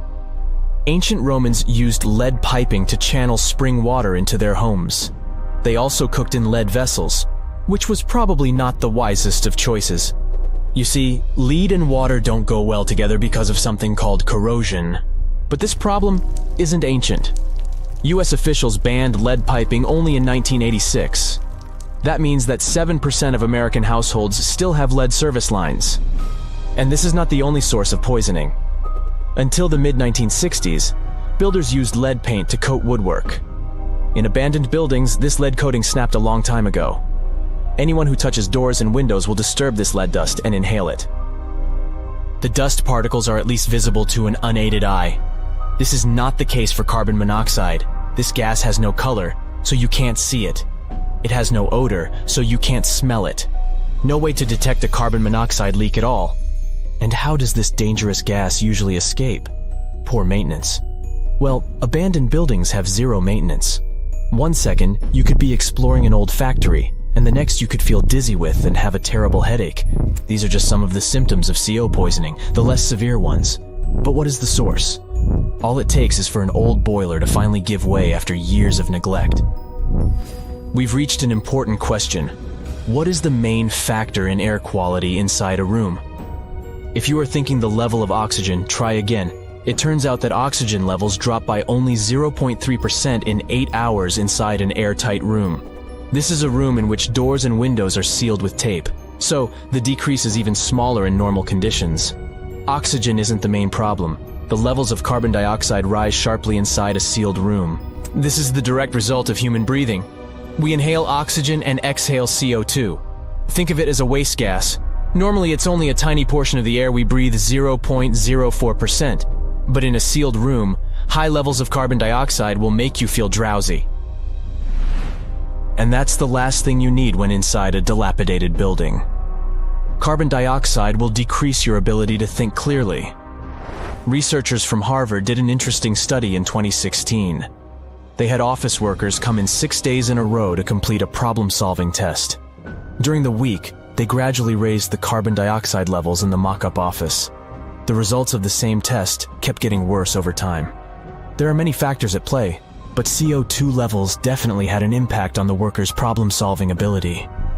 The test took place inside a typical office environment, not inside a crumbling building where visitors must watch their every step. When I say visitors, I really mean trespassers, and trespassing is a criminal offense in the United States.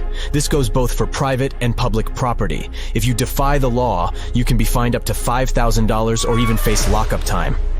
That should make you think twice before jumping over a fence with a no trespassing sign. But again, you might not be the only one inside. You can never know who else is in the building. Perhaps a person up to no good? It doesn't have to be a person at all. Animals can pose a threat as well. You would be startled if you saw a rat, for example. But the poor animal would be scared as well. It might bite you. The list of diseases rats carry is pretty long. But rodents' teeth can cause other forms of damage. They grow constantly, so the animal has to constantly nibble on something to stop them from overgrowing. If you ever felt peckish at 1 a.m., you know the feeling. Electric cables are high on the rodents' menu. Abandoned buildings have plenty of those.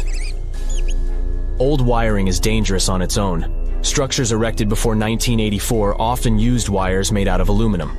Today, copper is the standard because an aluminum wire is 55 times more likely to catch on fire than a copper one. Flipping a switch in a rundown building can cost you your life. Be on alert for telltale signs that something is wrong. Lights that flicker, sparks from sockets, and the smell of smoke. And yeah, don't count on an earth cable to protect you from electrocution. Ground cables became standard only in the 1960s. For over 3,000 years, no one knew this place even existed. And then, out of nowhere, archaeologists digging near Alexandria uncovered something absolutely shocking: a forgotten Egyptian city. This place is buried under Greek ruins, hiding secrets that could rewrite the history of pharaohs and their armies. And one of the artifacts, which looks like a simple wine jug, changed everything. We thought that we already placed all the important parts on the map of ancient Egypt: pyramids, Thebes, Luxor, Alexandria. But nope, the map just got an update. The new city was a big deal, and it's about 3,400 years old. It's just been discovered at the site called K El Nugos. This place is located west of Alexandria and tucked between the Mediterranean and a saltwater lake called Lake Mariut. This discovery raised a few eyebrows. Scientists thought that this place used to be empty and that it was only settled by the Greeks in about 332 BCE. But it turns out that people lived in K El Nugos way before that.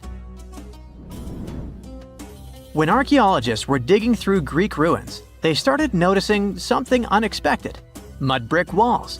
Yep, you know, the pyramid type. That's the kind Egyptians built during the New Kingdom. These mud bricks were made from mud, clay, sand, and straw. These ingredients were mixed with water and dried in the sun, not baked. Egyptians used them for thousands of years to build houses, temples, palaces, and yes, the pyramids. Of course, other civilizations did use mud brick too, but Egyptian mud brick is kinda quirky. They used straw that grew in their regions, layout styles, and mortar. That's what helped the experts realize that Egyptians used to hang out in K El Nugos. That alone raised eyebrows, and then they found more: an entire street layout, buried structures, and even a temple built by Ramses the Great himself. His name speaks for itself. This guy was one of the most famous pharaohs in all of Egyptian history. He ruled ancient Egypt for 60 years, fought huge battles, and just loved building tons of stuff like that temple. People loved him so much that later pharaohs literally pretended to be him or wrote his name on their buildings. That's when archaeologists realized that they weren't looking at some dusty mud bricks of a tiny village. That's an entire buried city. They immediately started digging more. Turns out the whole place wasn't random. It was built with great care. The streets had drains to stop rainwater from damaging the soft mud brick walls. There were also small tomb chapels with writings about soldiers. This suggests this place might have been the military base, and that changes a lot. In ancient Egypt, when the military showed up, there must have been a reason. So what was it? Protection? Conquest? Control of something important? In the case of this city, it was probably about wine, water, and trade on the edge of the desert. What's even crazier is that we still don't know just how big it was. The team has only uncovered part of it so far. There could be fortifications, warehouses, administrative buildings, or even more religious or royal structures waiting underground. We also don't know what this town was called in ancient times. That name is still buried. But it might be uncovered someday, maybe inside a wall, maybe on a scroll, maybe on another broken jug. One of those already turned out to be a mind-blower. A chunk of a ceramic jar, called an amphora, had a royal seal pressed into it, and that seal bore the name Meredaton. Princess Meredaton wasn't just anyone. She was the eldest daughter of Queen Nefertiti and the older sister of King Tutankhamun. Yes, that's right. Both Nefertiti and King Tut were involved here. All that was about a century before Ramses the Great built one of his temples here. Looks like the city was founded back in the days of another pharaoh, the pharaoh Akhenaten, husband of Queen Nefertiti, father of Princess Meredaton, and future king Tutankhamun. That guy, Akhenaten, was a bit of a wild card. He was the type who really gets weird about one of his interests. He tried to completely change Egypt's religion, forcing everyone to worship the sun disk called Aten instead of the usual deities. He basically told all Egypt that all their mythology was wrong, and from now on, there will be no more Osiris, no more Thoth or Set. Just raw sunlight only, people. That's known in history as the Amarna period. And he went all in, changed his name, built an entirely new capital city called Amarna in the middle of the desert, redesigned temples, rewrote hymns, and even banned traditional religious imagery. Even the art got wild at the time. People started getting elongated heads, belly rolls, and all that humanity and vulnerability carved into stone. It was deliberately weird. He wanted to show the family not as perfect gods, but as human vessels of divine light. Everyone had to awkwardly smile and play along because he was the pharaoh after all.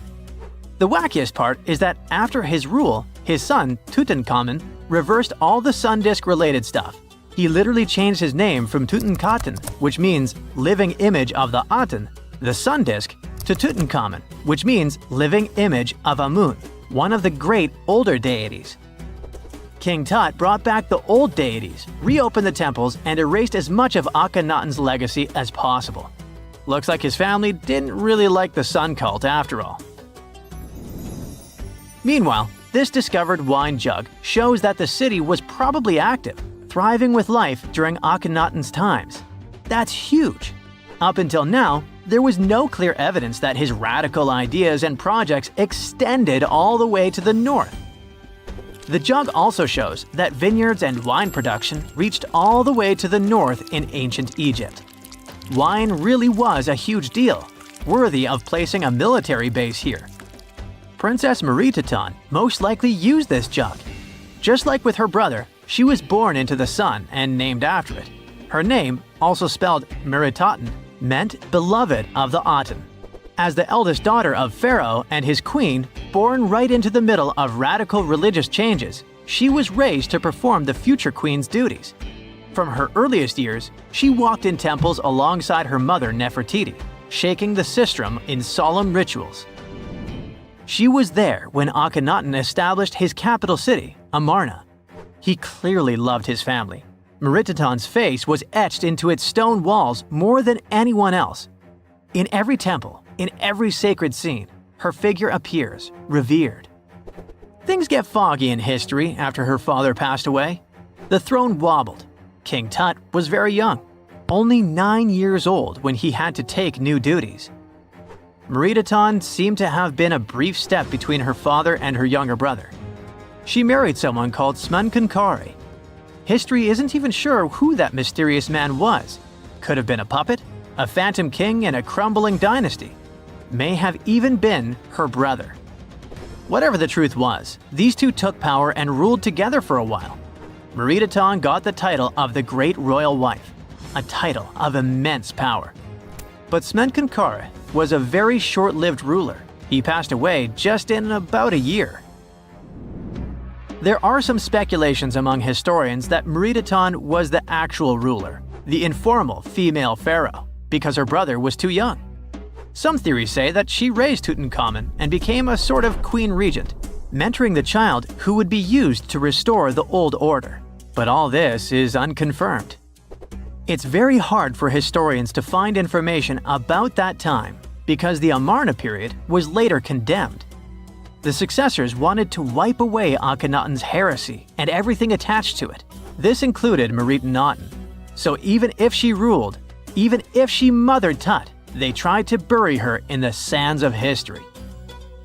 In any case, perhaps this new uncovered city will tell us more about the mysteries of the Amarna period, one of the most chaotic periods of ancient Egypt. When you hear the word mummy, you might get a chill down your spine.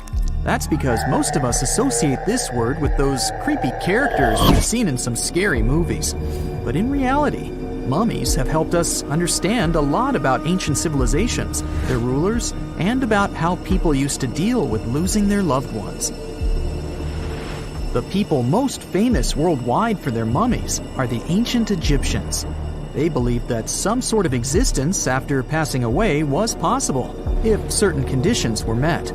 That's why they insisted on preserving the human body through the process of mummification and placing the mummy in a furnished tomb, kind of like giving it a fully functioning apartment of its own. Why did they believe in this? Well, because they were deeply connected to their natural environment for the most part. They saw the natural cycles around them, like how the sun rose every day, followed by the moon, or how new life was always sprouting from plants, even after they had wilted away. They also believed that the powerful spirit Osiris, who represented the cycle of passing away and resurrection, played a role in this process. To prepare for the afterlife, the ancient Egyptians followed certain rituals, like mummification, which involved using materials like honey, resins, and incense to preserve the body. There's no other mummy more popular than that of King Tut. He was a young pharaoh who ruled over 3,000 years ago in Egypt. The problem with discovering ancient royal tombs is that most of such burial sites were previously robbed. People knew ancient rulers had been left with many valuable belongings, so those locations became vulnerable to thieves. When King Tut's tomb was opened in 1922, people were excited because it had not been robbed, like many other previously discovered royal tombs. That's how well hidden it was. Inside, his mummy was encapsulated in a total of 3 coffins, including one made of gold. The objects found in his tomb showed us what ancient Egypt was like, and studying his mummy also helped us learn about the culture and practices popular at the time when he passed away. We also learned about his family by looking at his DNA. Scientists were able to discover that he had had a disease called malaria and a problem with his foot that might have made it hard for him to walk. Ramses II was another pharaoh in Egypt who ruled for 68 years, which was quite a lot back in the day. He was known for his expansion campaigns and building projects. Many objects from his time as a ruler still exist today, including a large statue of him. Ramses II was about 6 feet tall and lived to be about 90 years old. After looking at his mummy, scientists concluded that he may have had a medical condition that affected his spine. Now, remember those thieves I mentioned before? They are probably the reason why Ramses II ended up in a plain coffin in a secret collection of royal mummies at Deir al-Bahari, which was rediscovered in 1881. Thankfully, archaeologists were able to identify him because his journeys had been recorded on his wrappings. The process was really tedious too. In fact, in ancient Egypt, the mummification process could take a staggering 70 days to complete. A special person would say a very specific speech while delicately handling the body and drying it out using a type of salt called natron. They also used linen and resin to make the body look more lifelike and to wrap it in cloth. The tomb was equally as important for ancient Egyptians. The walls of King Tut's tomb, for example, were adorned with intricate artwork that depicted his journey to the afterlife, from his burial procession to his passage through the underworld. The ancient Egyptians believed that everyone made this journey after passing away, and they filled their tombs with items and paintings to help the person in their spiritual travels. Additionally, the walls of the tomb were decorated with spells from a special book, which contained a collection of poems that the Egyptians believed would help people reach the afterlife. And speaking of how important this journey was, people also placed food in these ancient tombs. In King Tut's tomb, archaeologists discovered 36 jars of vintage beverages and 8 baskets of fruit, which were believed to be left there to help him in his journey to the afterlife. The Egyptians believed that traveling to the afterlife took a really long time, so they left a lot of supplies, such as food and water, to sustain their loved ones. Pharaohs also generally had numerous luxurious garments and beautiful jewelry in their tombs to ensure that they would have a fashionable journey. These items included various types of linen clothing, such as tunics, scarves, gloves, and headdresses, as well as a lot of gold jewelry with precious stones, like bracelets, buckles, pendants, necklaces, rings, and even precious depictions of insects for protection. Some were also deposited with fans made from ivory and ostrich feathers to keep them cool in the afterlife. Some ancient rulers were even placed in their forever apartments along with boats. For example, Pharaoh Khufu built the Great Pyramid at Giza as his tomb, and a large ship was found inside. King Tut, however, was buried with multiple boat paddles, but no actual boat. Instead, he had 3 chariots and numerous walking sticks made of precious materials, perhaps indicating he'd rather travel to the beyond by land, not by water. Amongst the most interesting objects found near ancient mummies are bottles of oils and perfumes. If rulers were supposed to be fashionable, why not smell nice too, right? Also, some of them had some ancient kinds of board games, most of them made out of precious materials like gold or ivory. One of those games was called Senet. It was very popular amongst the ancient Egyptians and very similar to modern-day chess. The ancient Egyptians may have the most famous mummies out there, but they weren't the first to invent the procedure. In fact, it all started in South America with an ancient civilization named the Chinchorro. As far as we know today, these people were the first to mummify their loved ones that had passed away. They did it somewhere around 2,000 years before the Egyptians started their own rituals. Sure, we can tell a lot about ancient rulers by studying these mummies, but until recently, we had no idea what they really looked like during their lifetime. Not so long ago, though, some very special mummy paintings were found by archaeologists studying ancient Egyptian objects. These mummy portraits are highly detailed paintings of individuals that were made while they were still alive. Such paintings were often painted on wood, as opposed to the classical portraits we all know about, which are painted on canvas. They are known for their realism and beauty, and have even been used by researchers to diagnose diseases by comparing them to the corresponding mummies. Some of these portraits also include depictions of jewelry, which was later found on the mummies. The recent discovery of these mummy portraits in Central Egypt is significant, as it marks the first time in over a century that such paintings have been found. Mummies appeared all around the world naturally, too. Mummification can occur without people intervening because of natural conditions, like extremely cold or hot environments, places with a lack of oxygen, or accidental exposure to chemicals that preserve the body. These conditions don't allow bacteria to grow, resulting in the body remaining more or less intact. Famous Otzi was one of these mummies. We know today he was a man who lived around 5,000 years ago in Europe. But upon his discovery in the Alps in 1991, Austrian authorities initially believed that he was a modern mountaineer because of how well preserved the body was. However, after the Iceman was removed from the glacier, it was determined that he was actually from the Copper Age. This coffin seems to defy logic. No visible openings, no way in or out, and yet, inside lies Lady Shanet Ah, a mysterious woman from ancient Egypt, perfectly preserved even after 3,000 years. How did she get there? It was the third intermediate period in Egypt, a time between great dynasties. Pharaohs wore the blue crowns. Priests in Thebes were almost as powerful as kings. Markets were filled with the cries of merchants selling dates, papyrus, and precious perfumes. Lady Shanet Ah was in her late 30s or early 40s, old age by Egyptian standards of that time. Like other Egyptians at the time, she ate meals of bread, lentils, and fish. By that age, her teeth were already badly worn down, yellowish with enamel eroded, because food in ancient Egypt often had grains of sand in it. But she wasn't just a regular woman. When she passed away for unknown reasons, her burial was lavish.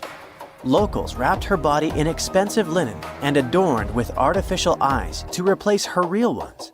That would help her see in the afterlife. And that's exactly how we found her 3,000 years later, in a beautifully decorated sarcophagus.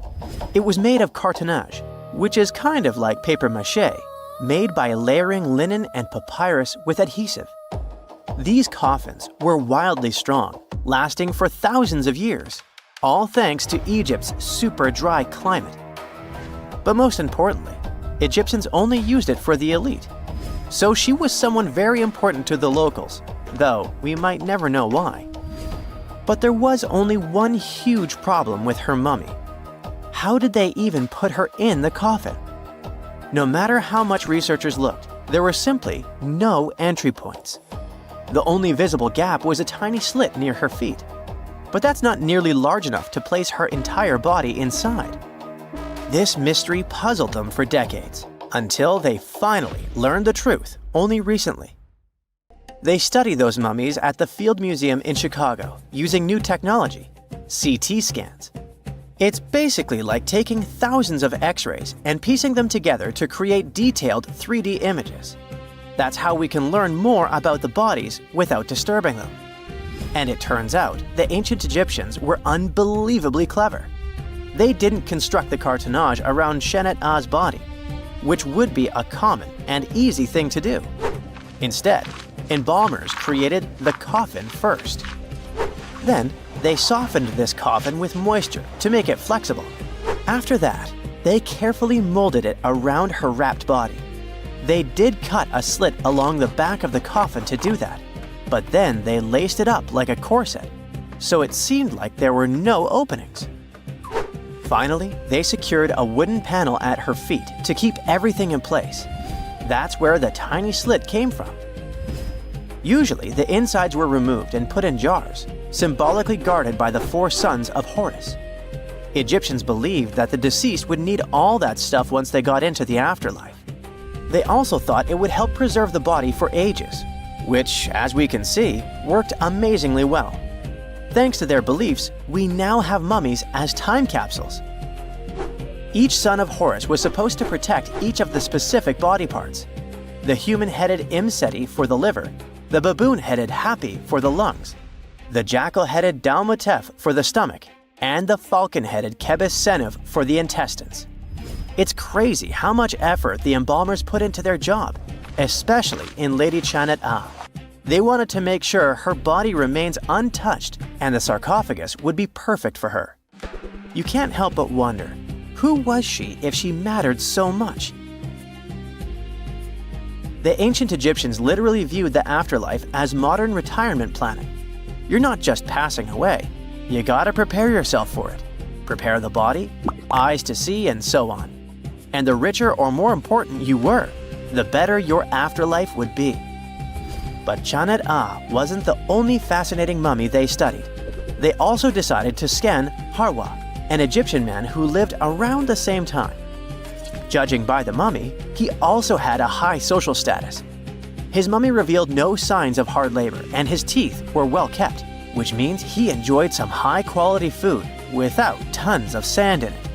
Some fellas got lucky both in life and after it. But there were many mysterious mummies throughout history. One of them is Chin Tzu, also known as Lady Dai. The story of her began in 1968. Some workers near Changsha, China, were digging an air raid shelter for a hospital. But suddenly, they accidentally uncovered an ancient burial site. They came down there and stumbled upon something incredible. 3 tombs belonging to a noblewoman, her husband, and a young man believed to be their son. She was a noblewoman from ancient China, and she had a fascinating backstory. She lived over 2,000 years ago during the Western Han Dynasty. She was married to Li Kang, a guy who served as chancellor to the Changsha Kingdom, a high-ranking official. At first, it looks like Lady Dai lived a life of luxury and privilege. She had private musicians to play at her parties, and for her personal enjoyment. She probably played the guqin, an instrument that back in the day people associated with intellect and elegance. And she certainly ate like an empress. Fine meats, delicacies, and all things like that. Even her wardrobe was full of some exquisite silk, not even mentioning the tons of cosmetics. But all this wealth came at a cost. The more she aged, the worse her health became. She got a full pack, a heart condition, diabetes, high pressure, and liver issues. It also looks like her back was driving her crazy, probably making it hard for her to even move. Finally, as a cherry on top, she developed gallstones. All this packed together eventually led to a heart attack that took her life around the age of 50. There was one haunting detail. Scientists found over 130 melon seeds in her stomach and intestines. Most likely, she ate watermelon just hours before she passed away, which means it was probably during summer when the fruit was ripe. She enjoyed a sweet, simple treat before her life was cut short. The excavation began in 1972, and this wasn't easy at all. Over 1,500 local students had to help. And Lady Di was the most mysterious one. She was buried in 4 rectangular pine boxes, one inside the other like a Matryoshka doll, all wrapped in 20 layers of silk, and all that sealed with lots of charcoal and white clay. The coffins were painted beautifully as well, adorned with protective deities, mythical animals, and clouds which symbolized the heavens. There were drawings of divine creatures and Mount Kunlun. The myth said that on this mountain, people reach eternal happiness. All this told us a lot about the Han Dynasty, their beliefs about afterlife, art, daily lives, and their remarkable craftsmanship. And then researchers finally got to the body. It was astonishing. Soft skin, joints that could still bend, and in general, she was almost intact. She even kept her hair, eyelashes, fingerprints, and even traces of blood. It's like she literally passed away only a few weeks ago. Ancient people used a very clever technique to preserve her. It looks like embalmers put her into some weird, mysterious acidic liquid. This liquid prevented bacteria from growing. Unfortunately, it also gave rashes to all the scientists that touched Lady Di. And this rash lasted for 3 months. And you know what they buried together with her? Over 1,400 artifacts, mostly personal stuff like silk clothes, cosmetics, and musical instruments. Even food, grains, meats, wine, and pastries. There were also 162 carved wooden figurines of various servants and musicians. It's possible that they were either just there to service her even in the afterlife, or maybe based on her actual servants. In 1936, British Egyptologist Walter Bryan Emery found a small object in the desert that made people debate whether it was an elaborate stone model of a flying saucer or even a hyperdrive from a spaceship that belonged to some advanced civilization that visited the Earth. Emery spent years excavating sites along the Nile River Valley, especially in the huge ancient necropolis of Saqqara. He found countless treasures from ancient Egypt, and the most bizarre one was definitely from the tomb of a high official, Sabu. Historians don't know exactly who he was for sure. Some sources say he was a king's son. His burial at Saqqara means he was an important figure in the royal court. There are no records from this early period he lived in, so Sabu's role and fate are still a mystery. Inside his tomb, scientists found 7 funerary chambers, each filled with traditional grave goods, animal bones, flint tools, pottery, ivory objects, and stone bowls.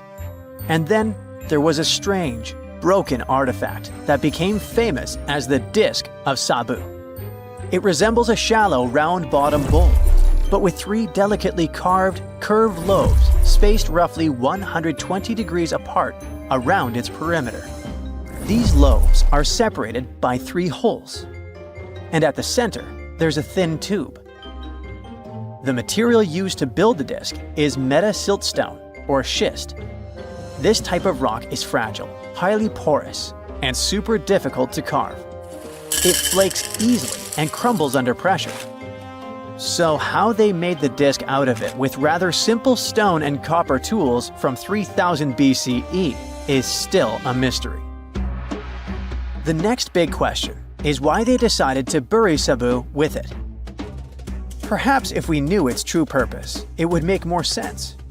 When it was first discovered, archaeologists thought it was nothing more than a vase, an incense burner, or a ceremonial decoration.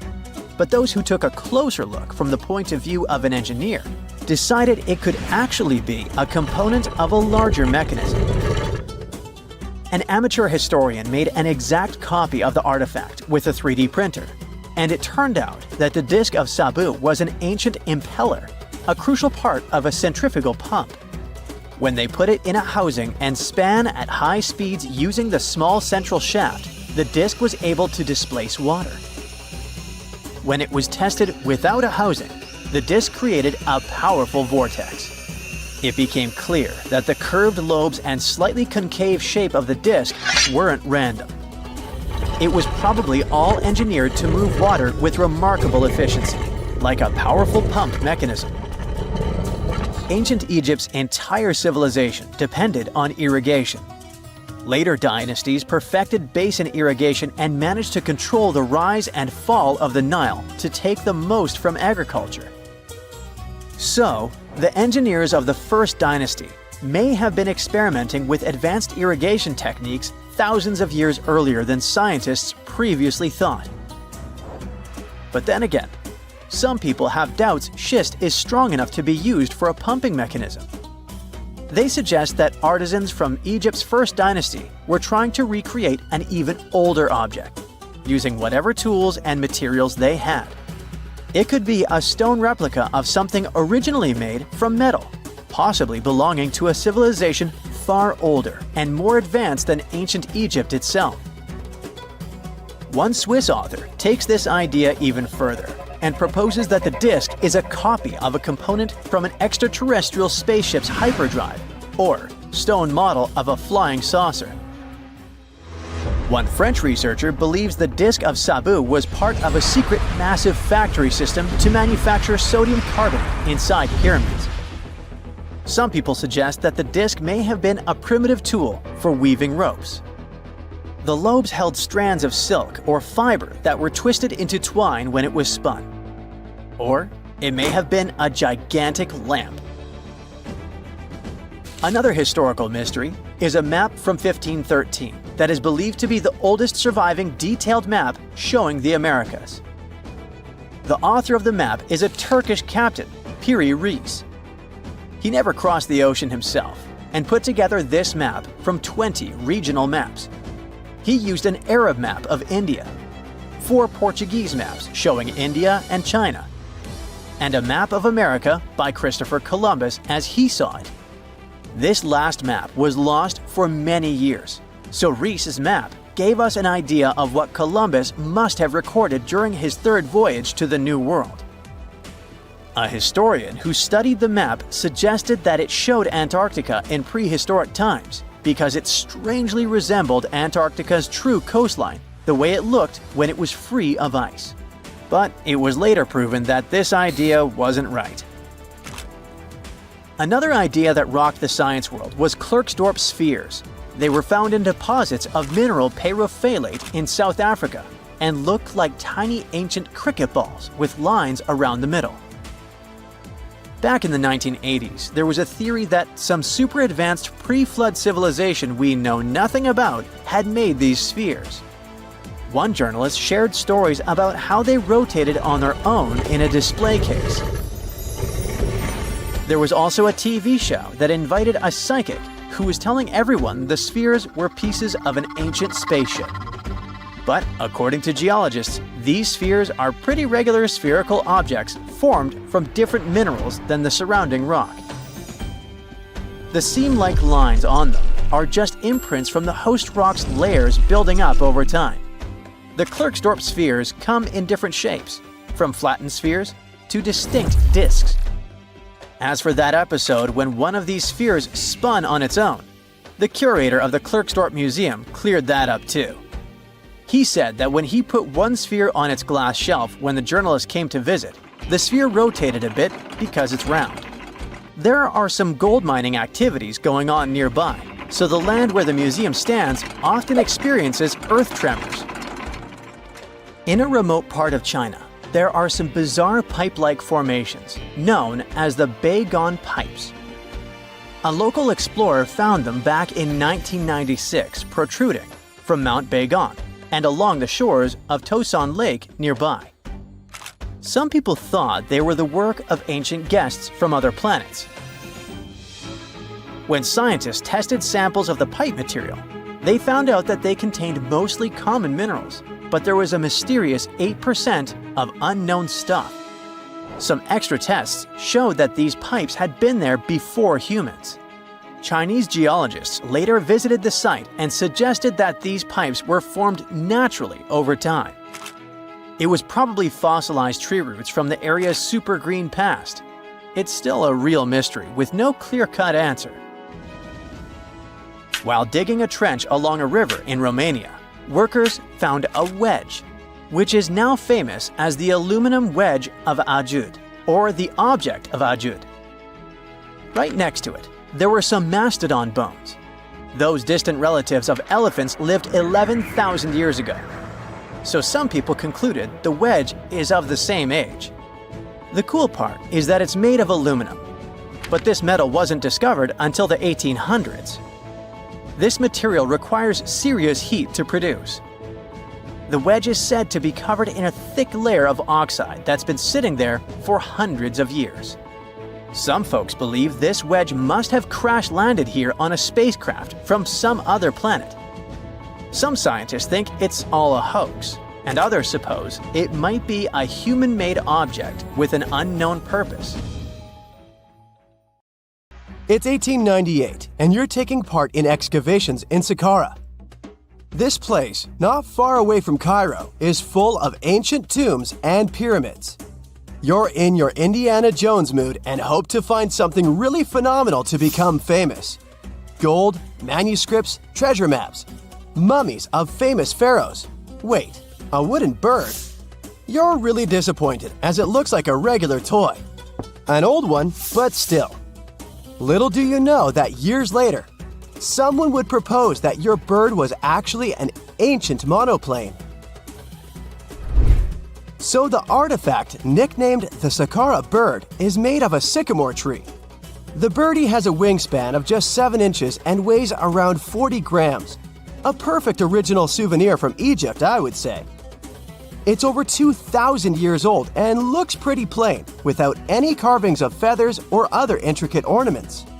It has a beak and eyes though, which makes our find look like a hawk, the emblem of the deity Horus. Its tail is rather unusual as it's squared, looks weirdly upright, and it seems like the sunken part of it was the place for a now missing piece. Humans love solving a good mystery, so there have been several attempts to explain the use of the birdie. First, quite simply, is that it was a ceremonial object. The second idea is that it was a toy for a child from some well-off family. It could have been some sort of boomerang, which was a popular concept in ancient Egypt. Then there was a theory that the bird had been used as a weather vane. But this one has been debunked as the figure doesn't have any holes or markings, except for the one made at the museum in Cairo to fix the exhibit on a stick. So there was no way to hang it in the past. Almost a century after the bird was found, Egyptologist Dr. Khalil Masiha proposed a new theory that it could have been a model of a monoplane. He believed the bird was missing a horizontal tailplane. Otherwise, it had its wings set at a right angle, similar to that of modern planes. It could have worked to generate the aerodynamic lift necessary for flights.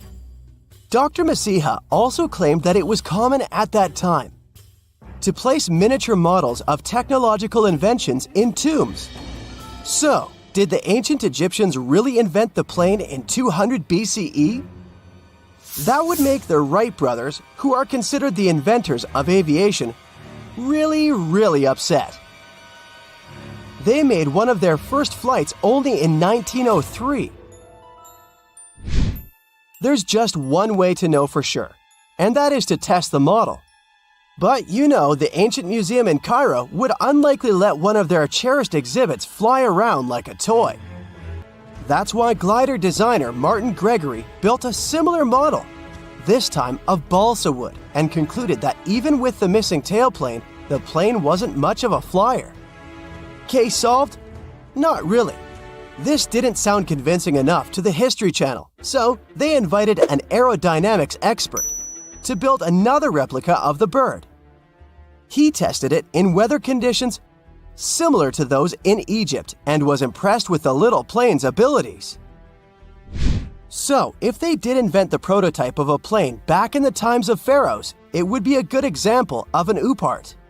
That's an out-of-place artifact, an object that's way ahead of its time in terms of technology or history.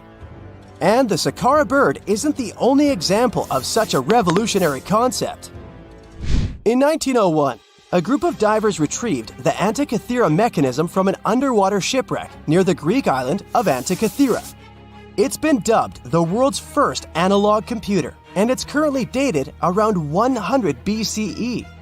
The bronze mechanism could tell the position of the sun, moon, planets, and stars, as well as the lunar phase, the dates of upcoming solar eclipses, and even the speed at which the moon moves through the sky.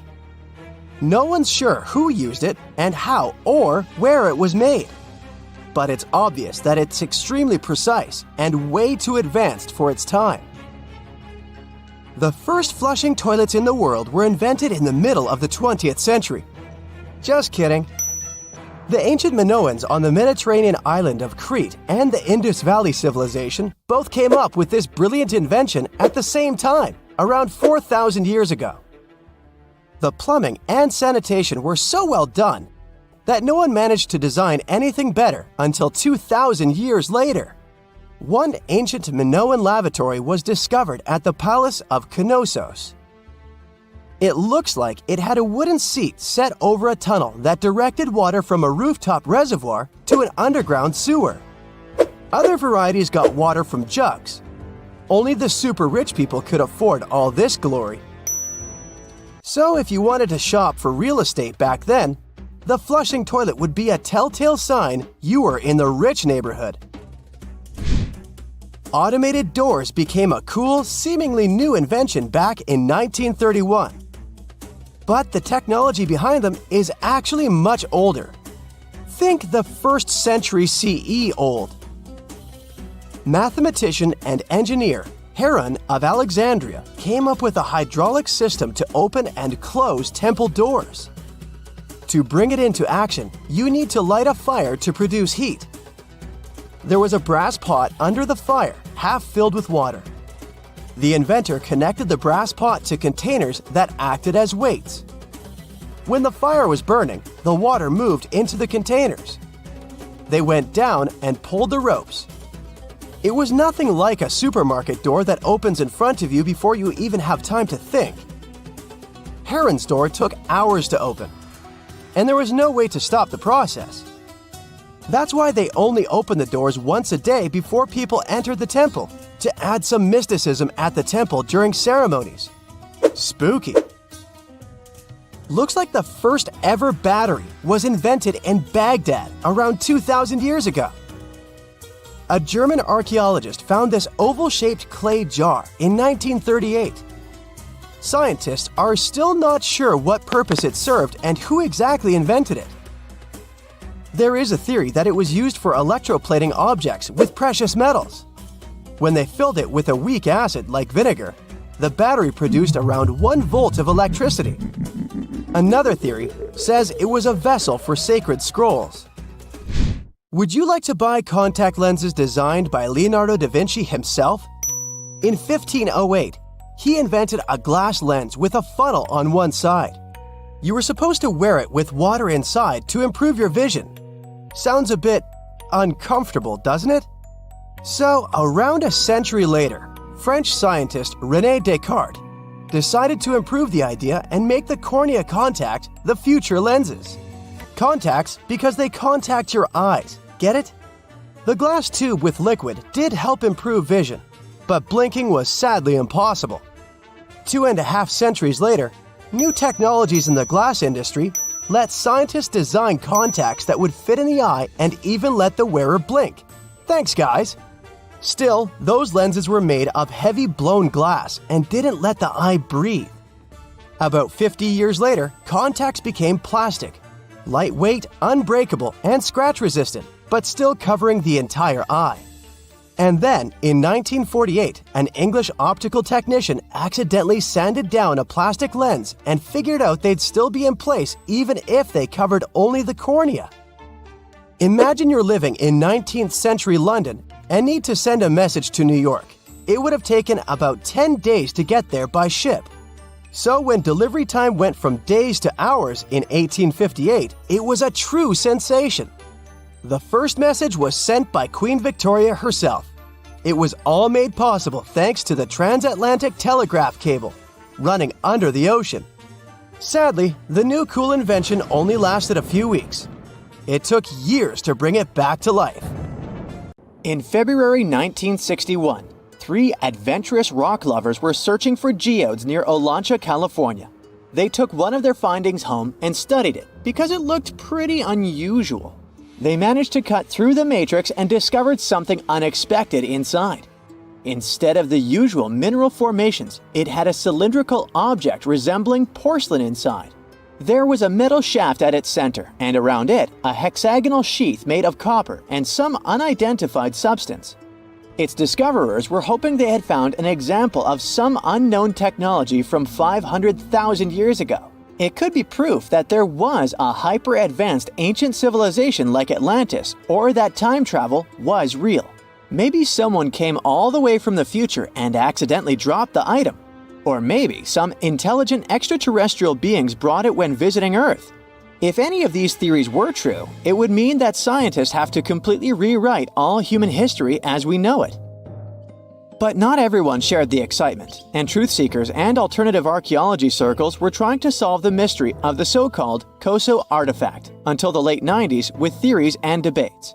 Then a group of skeptics took images and x-rays of the discovery and showed them to spark plug collectors. They have identified the artifact as a spark plug with corroded metal components from the 1920s and not ancient technology at all. Almost 20 years later, one of the co-discoverers of the artifact agreed to take it for inspection at the University of Washington.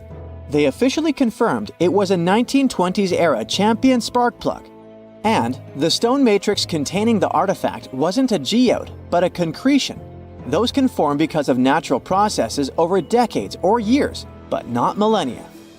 The Koso artifact is a good example of an out-of-place artifact, which is a thing in pseudo-archaeology.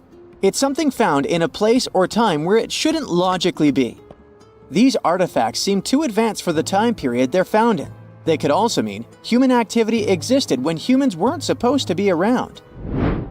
The Baghdad Battery is another example of such an artifact. It was found in the 1930s by a German archaeologist and consists of a clay jar, a copper cylinder, and an iron rod going through the jar's stopper. Its top, which was broken off, probably had been sealed with asphalt. Its discoverer noticed that it had 2 different metals and possibly an electrolyte, which are key components of a battery.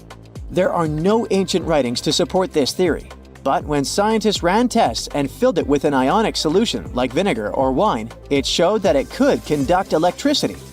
If it really was a battery from 2,000 years ago, it might have been used in ancient medical practices, or even embedded in statues to make it look like they were buzzing to impress people. Kionich, who found it, believed it was used for electroplating, a process for coating metals. Even if it was used as a battery, the Baghdad artifact could only produce a small amount of energy, around 1 volt of electricity. So, some people believe it was used as a storage container for sacred scrolls. Back in the 1930s, a couple stumbled upon something strange while walking along Red Creek in London, Texas. It was a piece of wood sticking out of what looked like an ancient rock formation. Around a decade later, their son, who was really curious to find out its secret, decided to crack open the rock and found a surprisingly modern hammer inside. This discovery caught the attention of Carl Bau, a young Earth creationist who claimed the rock surrounding the hammer dated back to the Cretaceous period. He saw it as evidence against evolutionary theory. After some investigation, scientists proved that the rock was not as ancient as it seemed. Geological processes have just encased the modern hammer over time, so it wasn't evidence of humans coexisting with dinosaurs like the Flintstones, as some hoped. It was just a case of a miner dropping his hammer centuries ago and nature doing its thing. A Chinese archaeologist supposedly stumbled upon some caves that seemed to serve as a burial ground for small beings with big, oval heads. Alongside these remains, there was rock art depicting figures with round helmets, the sun, the moon, the earth, and stars connected by groups of pea-sized dots. They also found over 700 mysterious stone discs etched with spiral grooves. Things got even weirder when these discs were sent to a Chinese professor who claimed the grooves were actually written characters. According to his translation, the discs told the tale of Dropa visitors from another planet who had crashed their spaceship on Earth about 12,000 years ago and had tried to live among us until they were hunted down by locals. But there's no concrete evidence that any of this actually happened. The story was first published back in the 1960s in a couple of articles, but it all seemed a bit fishy. None of the people involved, the archaeologist, the professor, or even the university they supposedly worked at, seemed to have left any trace in the records. And while there is a group in Tibet called the Dropka, they're fully human, not extraterrestrial visitors, and there's no solid proof that the Dropa stones exist at all.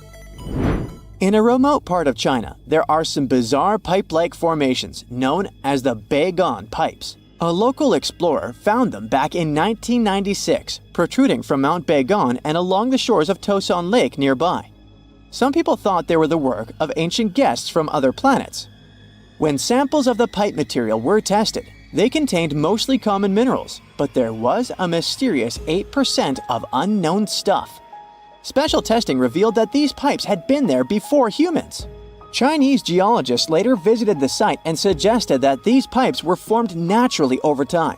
It could be sediment piling up in the fissures in the earth, or even fossilized tree roots from the area's lush past, but it's not certain. There's a mysterious terracotta head in Mexico with a hard-to-pronounce name, discovered back in the 1930s during a burial excavation. This head looked a lot like fancy Roman statues, so it wasn't clear what it was doing in Mexico. For some reason, the discoverer kept it secret for several decades. The head was found in a pyramid with 3 floors about 40 miles from Mexico City, alongside gold, copper, and pottery. Some argue that if this head really is many centuries old, it could mean the Romans or some other civilization had made it to Mesoamerica before Columbus did.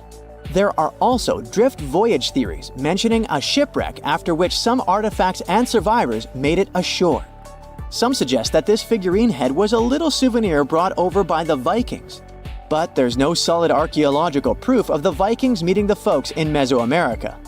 There are some artifacts floating around, but none of them have been stamped as undeniable evidence of pre-Columbian contact, so the mystery of how this head ended up where it did remains unsolved. While digging a trench along a river in Romania, workers found a wedge, which is now famous as the aluminum wedge of Ajud, or the object of Ajud. Right next to it, there were some mastodon bones. Those distant relatives of elephants lived 11,000 years ago, so the wedge is probably of the same age. The cool part is that it's made of aluminum, a metal not even discovered until the 1800s. This material requires serious heat to produce. The wedge is also covered in a thick layer of oxide that's been sitting there for hundreds of years. Some folks believe this wedge must have crash-landed here on a spacecraft from some other planet. Some scientists think it's all a hoax, and others suppose it might be a human-made object with an unknown purpose. If there's a question that still baffles archaeologists to this day, it's this one. How did the ancient Egyptians build those magnificent pyramids? As far as we know today, their resources were quite limited, especially in terms of tools and building materials. We still don't have a fully satisfying answer, but hey, we've got some pretty amazing theories worth considering. The leading contender among these theories involves the clever Egyptians employing a sneaky strategy. Now picture this. They constructed a slanted and curving mound made of bricks, earth, and sand encircling the pyramid to be. As the pyramid grew taller and taller, they simply increased the height and length of this wacky structure. It's like they were playing an ancient game of Jenga. Now, how did they get those massive stone blocks up there? Well, according to the legendary ancient Greek historian Herodotus, they used sleds, rollers, and levers. It sounds like they turned construction into a supersized game of tug-of-war. And guess what? Herodotus also claimed that the Great Pyramid, the one from Giza, the granddaddy of them all, took a whopping 20 years to build. There's more. Herodotus also dropped a mind-boggling number on us. 100,000 men were supposedly involved in this pyramid extravaganza. Did they hire the entire Egyptian population? Well, it might not be as far-fetched as it sounds. These men were probably mostly farmers, so they probably focused on the pyramids when there wasn't much work to be done in the fields. You know, like during the flood season of the Nile River. Obviously, specialists in the archaeological community had something to add to this theory. By the late 20th century, they discovered some evidence that suggests the workforce might have been smaller and more permanent than previously thought. Instead of a massive army of 100,000 pyramid builders, they proposed that a modest crew of around 20,000 workers, accompanied by support personnel like bakers, physicians, and even spiritual leaders, could have gotten the job done. There was also this theory that claimed that the pyramids were actually built from the top downward. It suggested that these colossal structures were nothing more than isolated hills used as quarries. The stones were supposedly drawn from these hills, and over time, competing engineers took charge and transformed them into the iconic pyramids we know today. Now, before you dismiss this theory as a wild fantasy, some folks thought it wasn't completely crazy. After all, there are instances where isolated hills exist, so maybe this theory had a tiny glimmer of truth. Whether it involved ramp building or ingenious work schedules, one thing is clear. Those pyramids have definitely left their mark on history and on our imaginations. Now, speaking of ancient Egyptian mysteries, there's this gigantic unfinished obelisk sitting in ancient Egypt, and scientists are trying to figure out how it was shaped. Now, some people suggest that our industrious ancestors used handheld pounders to get the job done. One expert has a different take on the matter, though. He argues that if we take a closer look at the pattern left behind by the shaping tool, we'll notice something peculiar. The walls of the trenches surrounding the obelisk display a neat and even pattern, which is pretty unlikely if they were pounded away by mere mortal hands. According to this expert, those horizontal striations are usually the result of a tool that takes breaks while removing material, leaving its mark on the surface. But wait, there's more. Imagine the tool being rocked back and forth against the trench walls, clearing away the waste to keep the trench from narrowing. Well, in that case, the tool might have left some funky horizontal striations where it was pressed against the sidewall. This sounds like some fancy technology at play, don't you think? And guess what? The dynastic Egyptians probably didn't have access to that kind of know-how. Another famous Egyptologist from way back also uncovered a bunch of core drills during his adventures. Although the actual drill bits are missing, his collection houses these particular core remnants made of limestone, alabaster, and even granite. These constructions aren't the only amazing thing the ancient Egyptians left behind, though. As it turns out, the Egyptians were the genius minds behind the creation of the handheld mirror.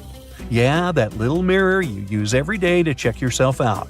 But here's the twist. These mirrors are like pieces of art. They were decorated with inscriptions and figures. But that's not all. The Egyptians had a serious concern with their appearance. They knew the importance of personal hygiene and looking fabulous. So, in their quest for pearly whites, they invented toothbrushes and toothpaste. Dental problems were pretty common back then, and their smiles weren't exactly all white. Dentistry wasn't their strongest suit, you see. Maybe their minds were distracted by all that pyramid building. So that doesn't mean those ancient toothpaste recipes weren't amazing. One delightful concoction included rock salt, mint, dried iris petals, and pepper. Some brave dentists in the 21st century tried it out, and it worked pretty well. Ground-up ash was also used in another recipe to create a tooth cleansing paste. Mint was missing, so that didn't do much for their breath. That's when the genius Egyptians came up with the world's first breath mints. They made tablets from heated spices like cinnamon, and they mixed it with honey. Now, let's shift gears to home decor, Egyptian style. They surely took ornamentation to the next level. While the concept of decorating furniture started in Mesopotamia, the Egyptians cranked it up a notch. They went all out with different colors of ink and even developed various weights of paper. Oh, and let's not forget about those cute little area rugs we all have in our homes today. Guess who came up with the idea? Yep, the Egyptians. They used the versatile papyrus plant to make those cozy rugs. And speaking of trends, the Egyptians loved their knickknacks. They had an assortment of small figurines in the shapes of cats, dogs, and people. These statues were made from various materials, like simple sun-dried mud to the ultimate bling of gold. It all depended on how loaded you were. The Egyptians were also all about farming, and they knew that clean water was crucial for their crops and animals. That's why they came up with some nifty inventions and techniques to make sure their land was fertile and their plants were happy. First off, they had the genius idea of using ox-drawn plows. They had two types of plows, heavy and light. The heavy plow would strut its stuff, cutting deep furrows in the soil, while the lighter plow followed behind, fluffing up the earth. But they didn't stop there. After plowing, the Egyptians would break up clumps of soil and sow the rows with seeds. To give those seeds a good old squish into the furrows, they'd march their livestock across the field, effectively closing up the furrows. But hey, all that hard work would be pointless if their seeds were as dry as the Sahara. That's where irrigation comes into play. The Egyptians were so good at it that other cultures, like the Greeks and Romans, couldn't help but copy their techniques. Now let's switch gears and talk about the marvelous architecture of ancient Egypt. These folks weren't just skilled farmers, they were also architectural maestros.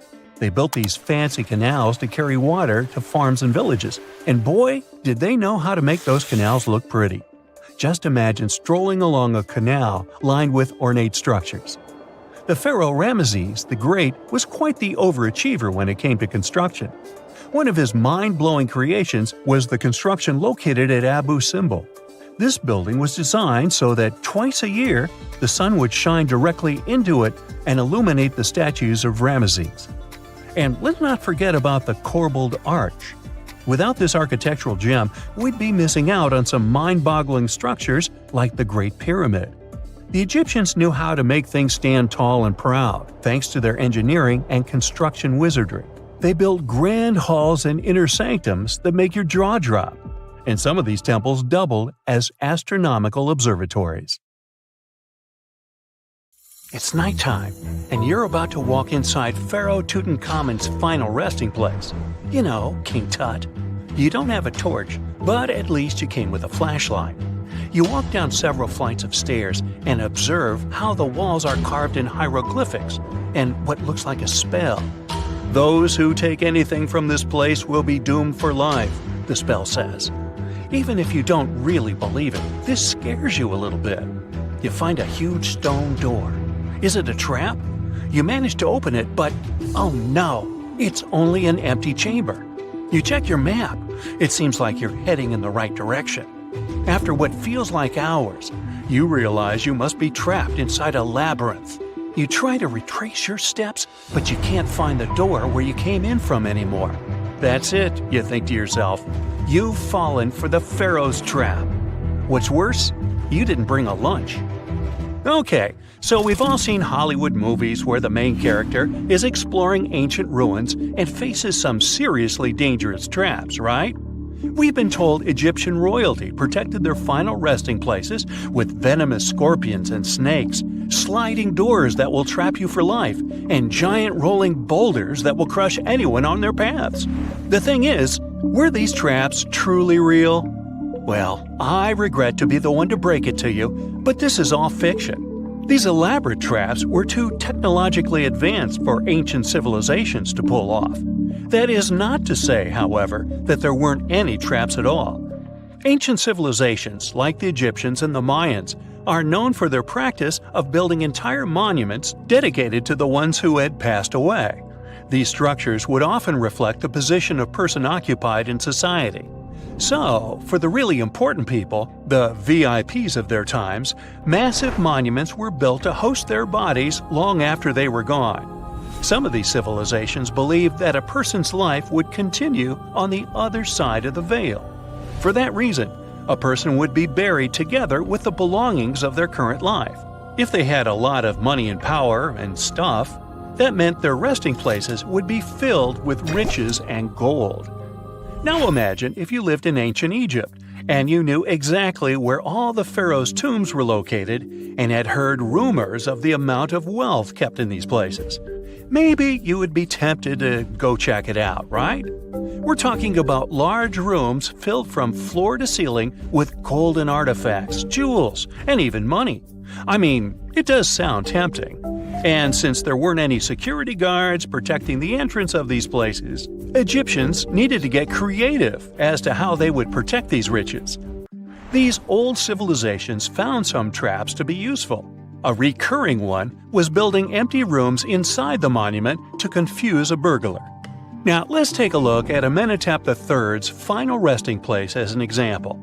It was built in the city of Luxor, in a spot also known as the Western Valley of the Kings.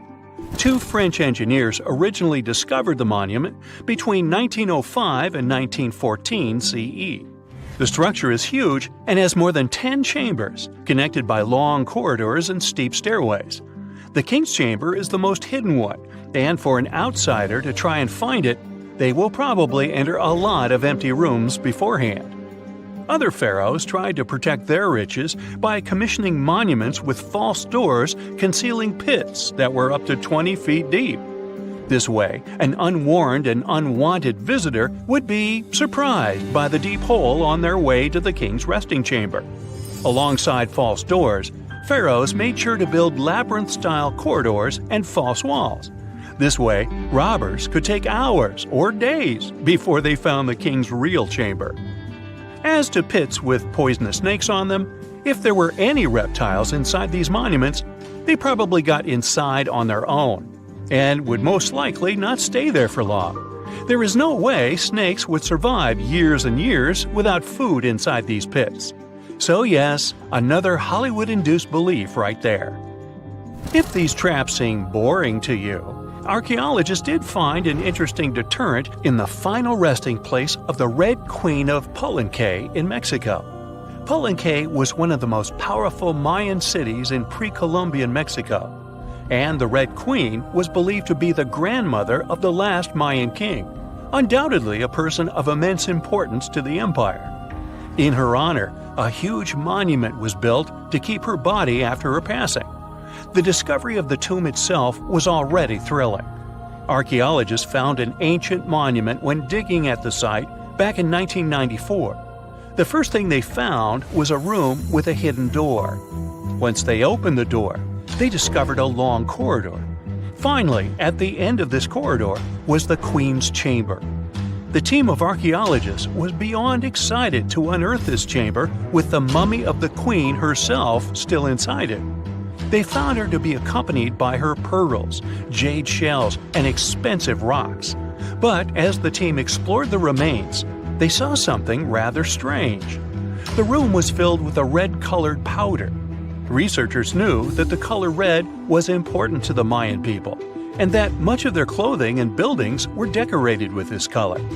But they didn't understand why the queen was buried with this unknown red substance. After they took a sample back with them for further analysis, they discovered that the red powder was cinnabar, a very dangerous mineral. This powder, when inhaled, can cause, shall we say, severe health damage to a person. The team concluded that this could only be a trap for anyone trying to steal her riches. Okay, so dangerous powders might have worked as the most intense traps we've seen until now. But perhaps the cheapest way to keep out unwanted visitors was to advertise spells written out all over the monument. We'd probably laugh at these today, but back in the day, they were more or less effective. Spells usually said that the person who took anything from that place would meet a tragic fate. Some spells said that robbers would lose their houses in big fires or terrible floods. Other spells said burglars would have incurable and undiagnosed health issues, but they weren't really enough to stop people from taking any gold. There are some stories surrounding how these spells might have been real. One of them is from the famous British Egyptologist Howard Carter, the one responsible for unearthing Pharaoh Tutankhamun's resting place in the 1920s. After months of unsuccessful digging, Carter discovered the tomb's existence by chance. He found the entrance to a stairway right beneath the soil where he had been searching all those months. With the help of a team, he cleared the piles of sand blocking the stairs and discovered a doorway. The door had several royal symbols carved into it, and Carter knew this could only mean a very important person had been buried there. And he was right. With a chisel, he made a hole in the top left-hand corner of the doorway and lit his vision with the help of a candle. He couldn't believe what he was seeing, the reflection of several golden and jeweled items crowding the chamber before him. Lost for 3,000 years, Carter had just discovered the final resting place of King Tut. But the story didn't finish here. This discovery was accompanied by a series of unfortunate events that led people to believe it had something to do with the pharaoh's spell. Carter himself mysteriously passed away just a few years later, and some of his assistants lost their houses in floods, just like one of the spells threatened. Some say it's just coincidental, as there's no real proof of these things being connected. Well, what do you think? Was this an effective trap after all? In 1850, French scientist Auguste Mariette went to Egypt looking for manuscripts, but accidentally found a head of a sphinx sticking out of the dunes. He cleared the sand and figured out the sphinx was guiding the entrance to some underground construction. Several months later, he finally entered the Serapium of Saqqara. Inside, he found an enormous granite sarcophagi with remnants of 64 bulls. Scientists are still amazed by the tech that the ancient Egyptians used to transport those enormous boxes. The Serapium was built around the year 3000 before the Common Era.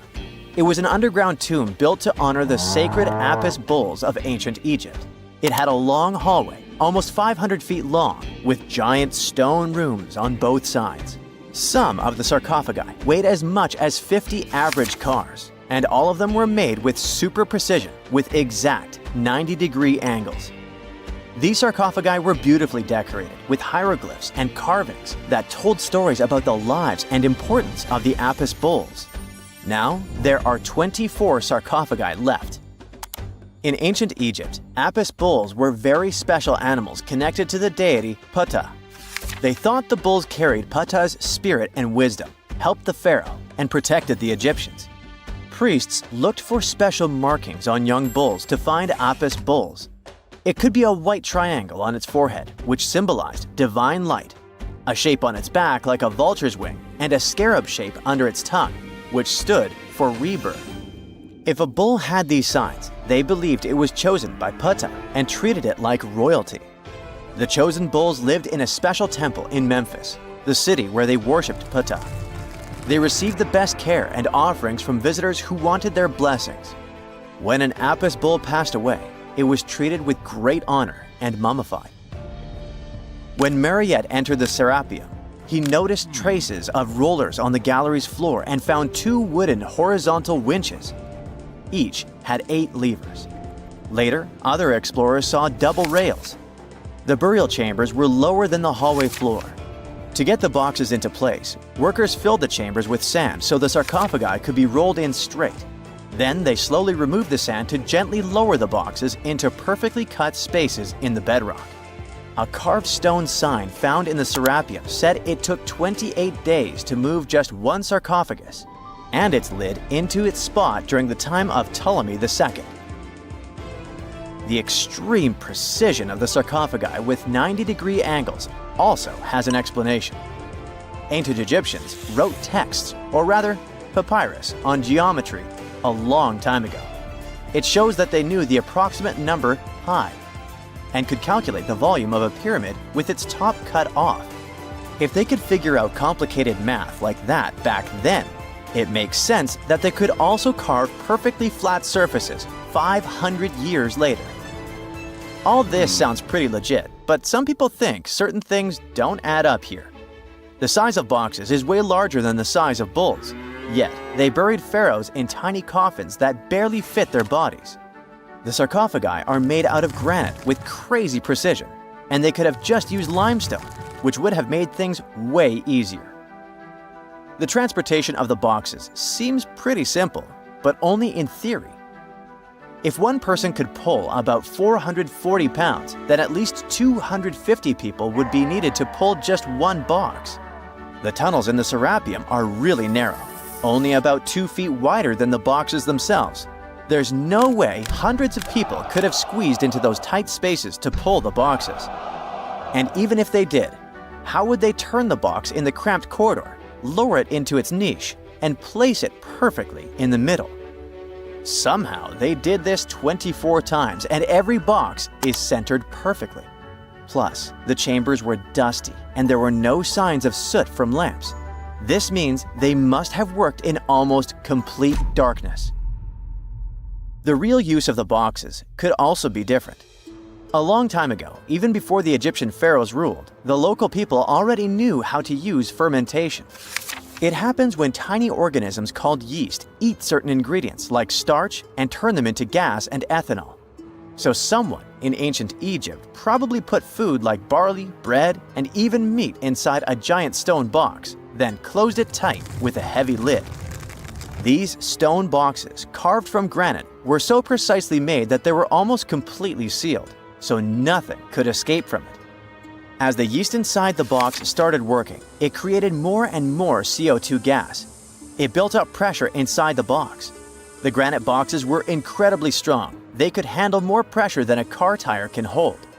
When granite was squeezed under such pressure, its crystals produced a tiny electric charge. This effect was possible because granite contains quartz, a material that reacts to pressure this way. The process also needed meat or animal parts, possibly to help the yeast grow better. Meat contains something called oleic acid, which yeast needs to keep growing and to survive the bad effects of the ethanol it produces. As the pressure inside the box kept growing, the combination of gases and electricity made these boxes not just ancient fridges, but powerful energy systems. Over time, the pressure inside got so strong that it could push the lid open and the gas would escape with a pop. But when people rediscovered the Serapium in 1850, they found old drawings that showed piles of stones stacked on top of some of the box lids. So, someone long ago probably tried to make the lids even heavier by adding extra weight to make it harder for the gas pressure to push them open. This extra weight also meant the quartz crystals in the granite could keep creating more electricity under all that pressure. If someone opened one of these stone boxes thousands of years later, they would only find bones from bulls that were placed in the box. And that's exactly what Mariette discovered in the 1850s. They opened the Serapium for visitors soon after the first excavations in the second half of the 19th century. Prince of Wales even had a luncheon with his guests in one of the sarcophagi. Sands and earthquakes made the site inaccessible for a while, but now you can visit it again and try to solve the mystery yourself. With new tech, we could have answers to many other historical mysteries soon. A team of scientists at Chicago's Field Museum of Natural History recently used a special CT scanner to learn more about ancient Egyptian mummies without unwrapping them. They gently rolled 26 mummies on custom carts out to the parking lot, where the scanner was waiting. It took thousands of detailed X-ray pictures of each mummy and their coffins. When all the pictures were put together, they created 3D images that showed what was inside, the skeletons, and some artifacts. The scientists hope these images will help them understand ancient Egyptian burial practices from over 3,000 years ago. Even though the scanning process only took 4 days, it might take 3 years to study all the data. But scientists were able to learn some personal details about the mummies. One of the most popular mummified individuals at the museum, Lady Chineta, was a woman who lived in ancient Egypt about 3,000 years ago. It looks like she passed away in her late 30s or early 40s. To make sure her body looked complete for the afterlife, embalmers put stuffing in her neck to keep it from collapsing. They also placed artificial eyes in her sockets, so she would have eyes in the next world. She was wrapped in fancy linen and placed in a beautifully decorated coffin. The scans revealed that it had been carefully crafted with a slit at the back, which embalmers used to fit the body. There were also some artistic details on the surface, like markings for her knees. It looks like her burial was on the scale of a high-end luxury car. If someone finally invents time travel and you hop on a trip to the past, you won't recognize many of the things you know and love today. the Statue of Liberty and the Egyptian pyramids, some basic gadgets like the remote control and your laptop, and even the corn you have for lunch have all changed beyond recognition. When the pyramids were originally built in ancient Egypt and Giza and other places, they didn't look sandy brown at all. All of them were covered with white limestone. If you had seen them under the hot African sun, you'd have to look away. That's how smooth and shiny they were. Builders used around 6 million tons of this material for the Great Pyramid of Giza alone. It's the largest one you can still see on your trip to Egypt. The local rules were quite a thrifty crowd, and they reused some of the casing stones for other construction projects. A massive earthquake in the 14th century has also loosened some of the stones, so you won't see a lot of limestone, but some of it is still there, on top of the Pyramid of Hatshepsut in Giza. It looks like it has a second peak on top of the first. In ancient times, all pyramids used to have capstones called pyramidions, covered in a mix of gold and silver. Most of them have been lost over the centuries, but you can still see a few of them at museums. They show images of Egyptian deities. The pyramids were probably modeled after a sacred pointed stone, the benben. It represented the rays of the sun. Now, lifting heavy rocks wasn't so simple without the tech we have today. I guess you'll agree with me if you helped your friends move at least once, and they made you carry the couch. But those smart Egyptians of the past thought of that and chose the pyramid shape. It lets the weight distribute evenly throughout the whole thing.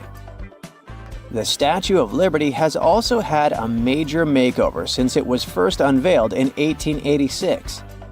Believe it or not, it used to be a shiny brown color, just like a penny. 20 years later, it changed its color to green. It wasn't a fashion statement, but a chemical reaction. The statue is covered with hundreds of thin copper sheets. When copper reacts with air, it naturally forms a protective layer called verdigris. This layer protects what's under it from corrosion, and that's why statues and other things made of copper, brass, and bronze can last so long. When Lady Liberty first turned green, people in authority decided it would be a good idea to paint it all over. It was way before social media, so you couldn't just drop an angry comment under the post describing the idea. But they wrote about it in the local newspapers, and the public didn't love the idea. Then the Times interviewed a copper and bronze manufacturer, and he confirmed they shouldn't repaint it, because removing the protective layer would mean destroying the statue. Over the years, people have suggested painting Lady Liberty several times, but no one has ever done it. I don't know about you, but I can't imagine that lady in any other color, so I guess it's for the better. You love bananas as much as I do? Next time you enjoy a juicy soft one, remember you gotta thank selective breeding for that texture. The original wild bananas had many large, hard seeds and not so much delicious pulp. And hey, who doesn't like a sugary watermelon? It has a history of over 5,000 years, and it used to have bitter, yellowish white flesh and was really tricky to open. Selective breeding saved the day again, and watermelons got way sweeter. Japanese scientists went further and invented the seedless version. Corn's grandmother is a Mexican grass called teosinte. The kernels in this grass were small and hard to get.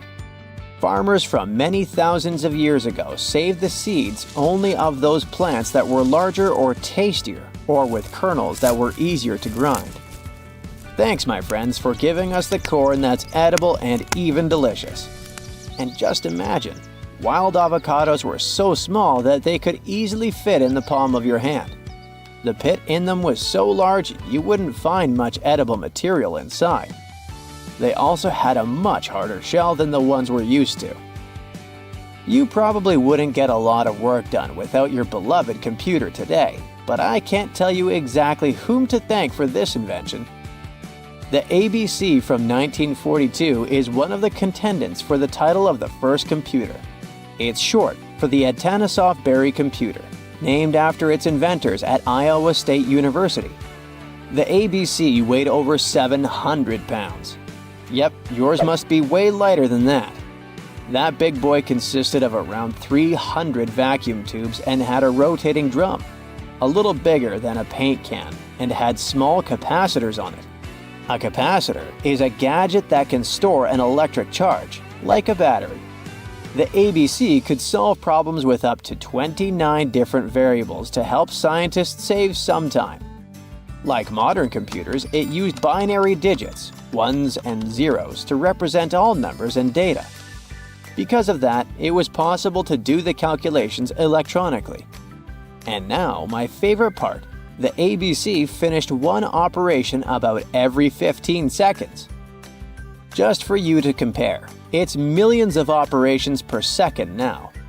Unlike the tech we use today, the ABC did not have a changeable stored program, so the program could only do a single task at a time. An operator had to write down the intermediate answer and then dial that back into the computer. Sounds like another reason to be happy we live in the 21st century. That remote control you use for all sorts of appliances has gone a long way too. Nikola Tesla, who gave us alternating current, designed one of the first wireless remote controls back in 1898. He named his invention teleautomation and demonstrated it on a miniature boat controlled by radio waves. The boat had a little metal antenna attached to it. Tesla sent signals to the boat using a box with a lever and a telegraph key, which was his version of a remote control. Those signals set electrical contacts on the boat into motion and moved the rudder and the propeller, and Tesla was controlling the boat. The concept of the remote control soon spread to other gadgets. The first television remote control followed in 1950. It was designed by the Zenith Radio Corporation called LazyBone. Don't take it personally, please. This LazyBone had a massive cable that was attached to the TV set, and those who tried it didn't fall in love with the invention because they tripped over that cord. I feel your pain, my friends. If you live or work on one of the top floors, you gotta love this one. Meet the first passenger elevator. It traveled at the speed of 40 feet per minute. Not the fastest, I know, compared to today's record, which is 40 feet per second. But hey, it was built back in 1857 in New York and was more of a tourist attraction than a necessity. The elevator had a steam engine hidden in the basement of a 5-story building. 3 years later, they shut it down because the public didn't appreciate it. Otis Tufts filed the first patent for a vertical railway around the same time. His invention included an actual car with a bench inside for people to sit on. Sounds like a great spot to hang out with friends to me. What do you say? Then they started adding elevators to luxurious hotels around the world. They were entire rooms with a rich design, upholstered seats and mirrors on the walls, and sometimes even a small chandelier. There was an obligatory operator who'd close the door and the car would start its super slow ascent. It was still more about style than about speed, so I guess I'd choose the stairs. We just brought an extinct animal back to life. Imagine hearing a sound that hasn't existed on Earth for 10,000 years. A deep howl echoing across a frozen valley, a sound that disappeared long before the pyramids were built, before cities, before recorded history. For the first time in human history, we might be able to bring back traits of animals that went extinct thousands of years ago, not through magic, not through cloning dinosaurs like in Jurassic Park, but through something much stranger, rewriting the DNA of living animals using the genetic code of the dead. One of the species often mentioned in this conversation is the dire wolf, a massive predator that disappeared roughly 10,000 years ago, at the end of the last ice age. It looked like a wolf, but bigger, heavier, and built for hunting Ice Age megafauna. And now scientists are asking a question that would have sounded impossible just a few decades ago. What if extinction isn't always permanent? For most of human history, extinction meant the absolute end of a species. Once the last individual died, that was it. The genetic instructions that defined that animal, millions or billions of letters of DNA, slowly broke apart over time. All that remained were bones, fossils, and sometimes fragments of genetic material trapped in ice or sediment. But in the last 20 years, scientists have developed tools that allow them to do something extraordinary. They can read ancient DNA and not dot small pieces. In some cases, researchers can reconstruct nearly complete genomes from animals that died thousands, sometimes even tens of thousands of years ago. One of the most famous examples is the woolly mammoth. Frozen mammoth remains discovered in Arctic permafrost are sometimes so well preserved that scientists can recover large amounts of genetic material from them. Well, to give you an idea of the scale, a mammoth genome contains roughly 4 billion DNA letters. That's about the same amount of genetic information as humans. Reconstructing that genome is like trying to assemble a shredded encyclopedia, except the pages are frozen inside bones buried in ice for 10,000 years. But reading the DNA is only the beginning. The real challenge is turning that information into a living organism. And that's where modern biotechnology enters the story. Instead of trying to clone a mammoth directly, which isn't possible with damaged ancient DNA, scientists use a different strategy. They compare the genome of the extinct animal with the genome of its closest living relative. In the case of mammoths, that relative is the Asian elephant. The two species are surprisingly similar. Their DNA is more than 99% identical. That means the genetic differences responsible for mammoth traits, thick fur, cold-resistant blood, fat layers, are hidden inside a relatively small number of genes.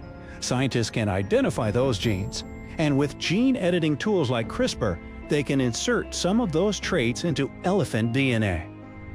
The result wouldn't be a perfect mammoth. Instead, it would be something closer to a mammoth-like elephant, an animal carrying some of the key biological adaptations of the extinct species.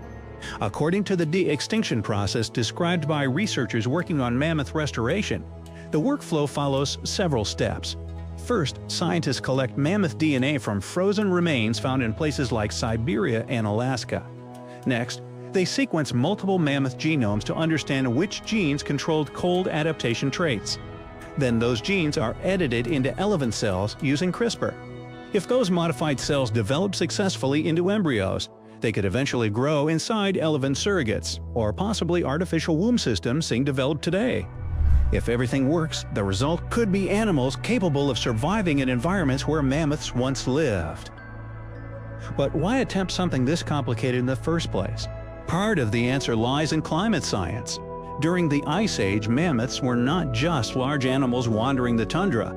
They were ecosystem engineers. Imagine millions of giant herbivores moving across northern Eurasia. Each mammoth could weigh 6 tons, roughly the same as a large truck. As they moved, they knocked down trees, trampled snow, and grazed on vegetation. Over thousands of years, this constant activity helped maintain vast grasslands known as the Mammoth Steppe.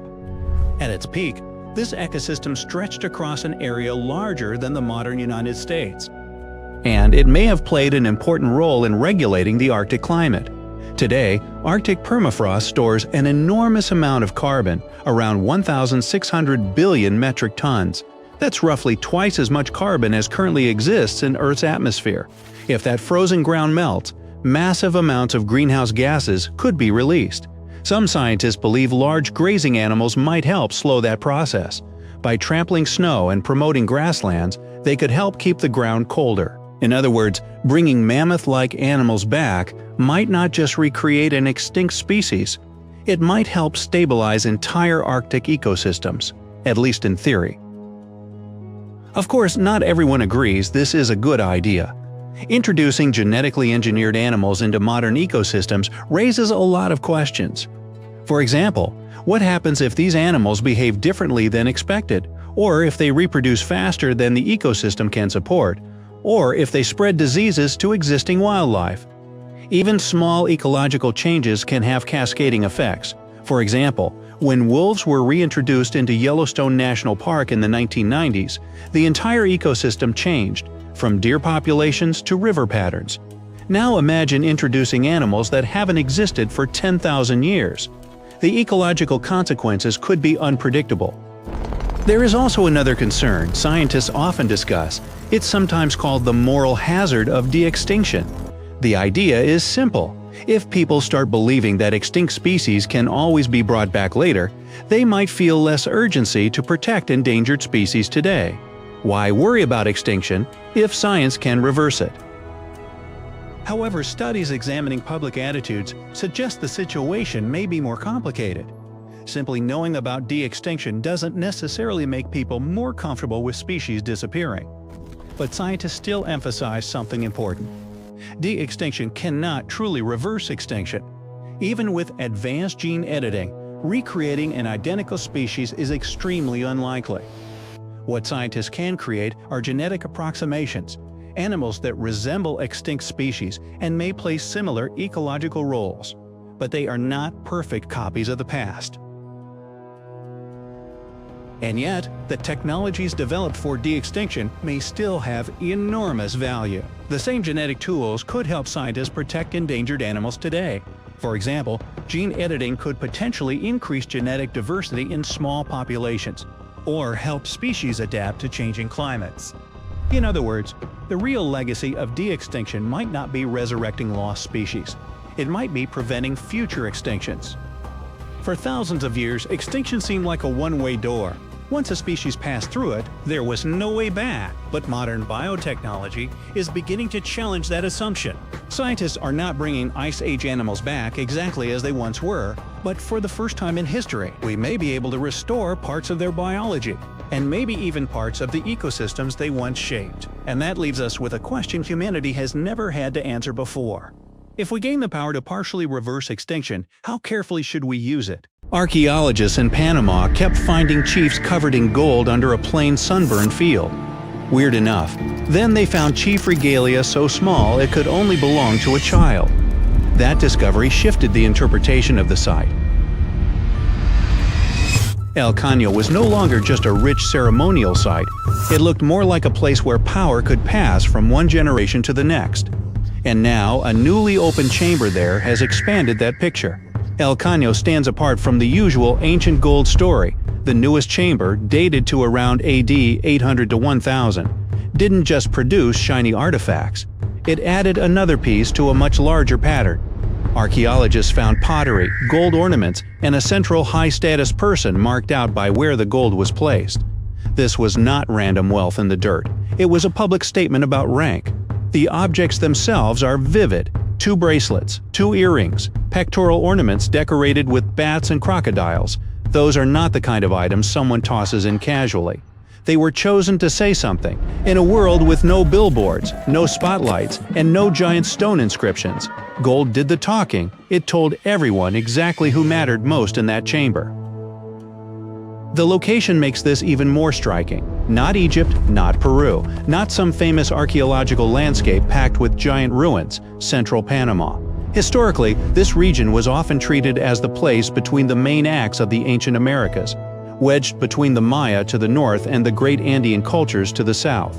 El Caño repeatedly challenges that older view. That old assumption existed for a reason. This part of Panama does not hit you like a stone-built empire. There's no skyline of huge temples, no carved dynastic walls, no dramatic ruins screaming a powerful society was here. In tropical Central America, a lot of everyday life was built in materials that don't age gracefully. Wood, thatch, fibers, skin, feathers. Most of it simply doesn't stick around for 1,000 years. So when gold survives, it becomes one of the loudest voices left. And El Caño did not give up that voice quickly. Julia Mayo's team began geophysical surveys there in 2005. By 2010, they had dug a pit about 16 feet deep and uncovered a chief covered in gold. Then the site kept escalating. More ornaments appeared. More chambers turned up. More evidence started linking this field to a whole ceremonial landscape. This was not a lucky weekend dig. It was years of slow, patient work, turning a quiet pasture into one of the biggest archaeological stories in Panama. The contrast is striking from the surface. El Caño looks ordinary, the kind of place where you'd expect grass, cattle, and heat, not dynasties. But under that ordinary ground, archaeologists found symbols of authority designed to be seen from a distance. Polished gold would have caught the harsh sunlight. Chest ornaments likely flashed when a leader moved. Animal imagery, bats, crocodiles, and other powerful creatures turned jewelry into a visual language of authority. This was status you could spot instantly, and the newest chamber matters because it is not standing alone. Mayo said the site has produced 9 similar chambers and that this was a place where elite individuals were laid to rest for about 200 years. This finding expands the interpretation of the site. One rich chamber is interesting. A ceremonial resting ground used by powerful people across multiple generations suggests something else entirely. It begins to resemble a long-running system.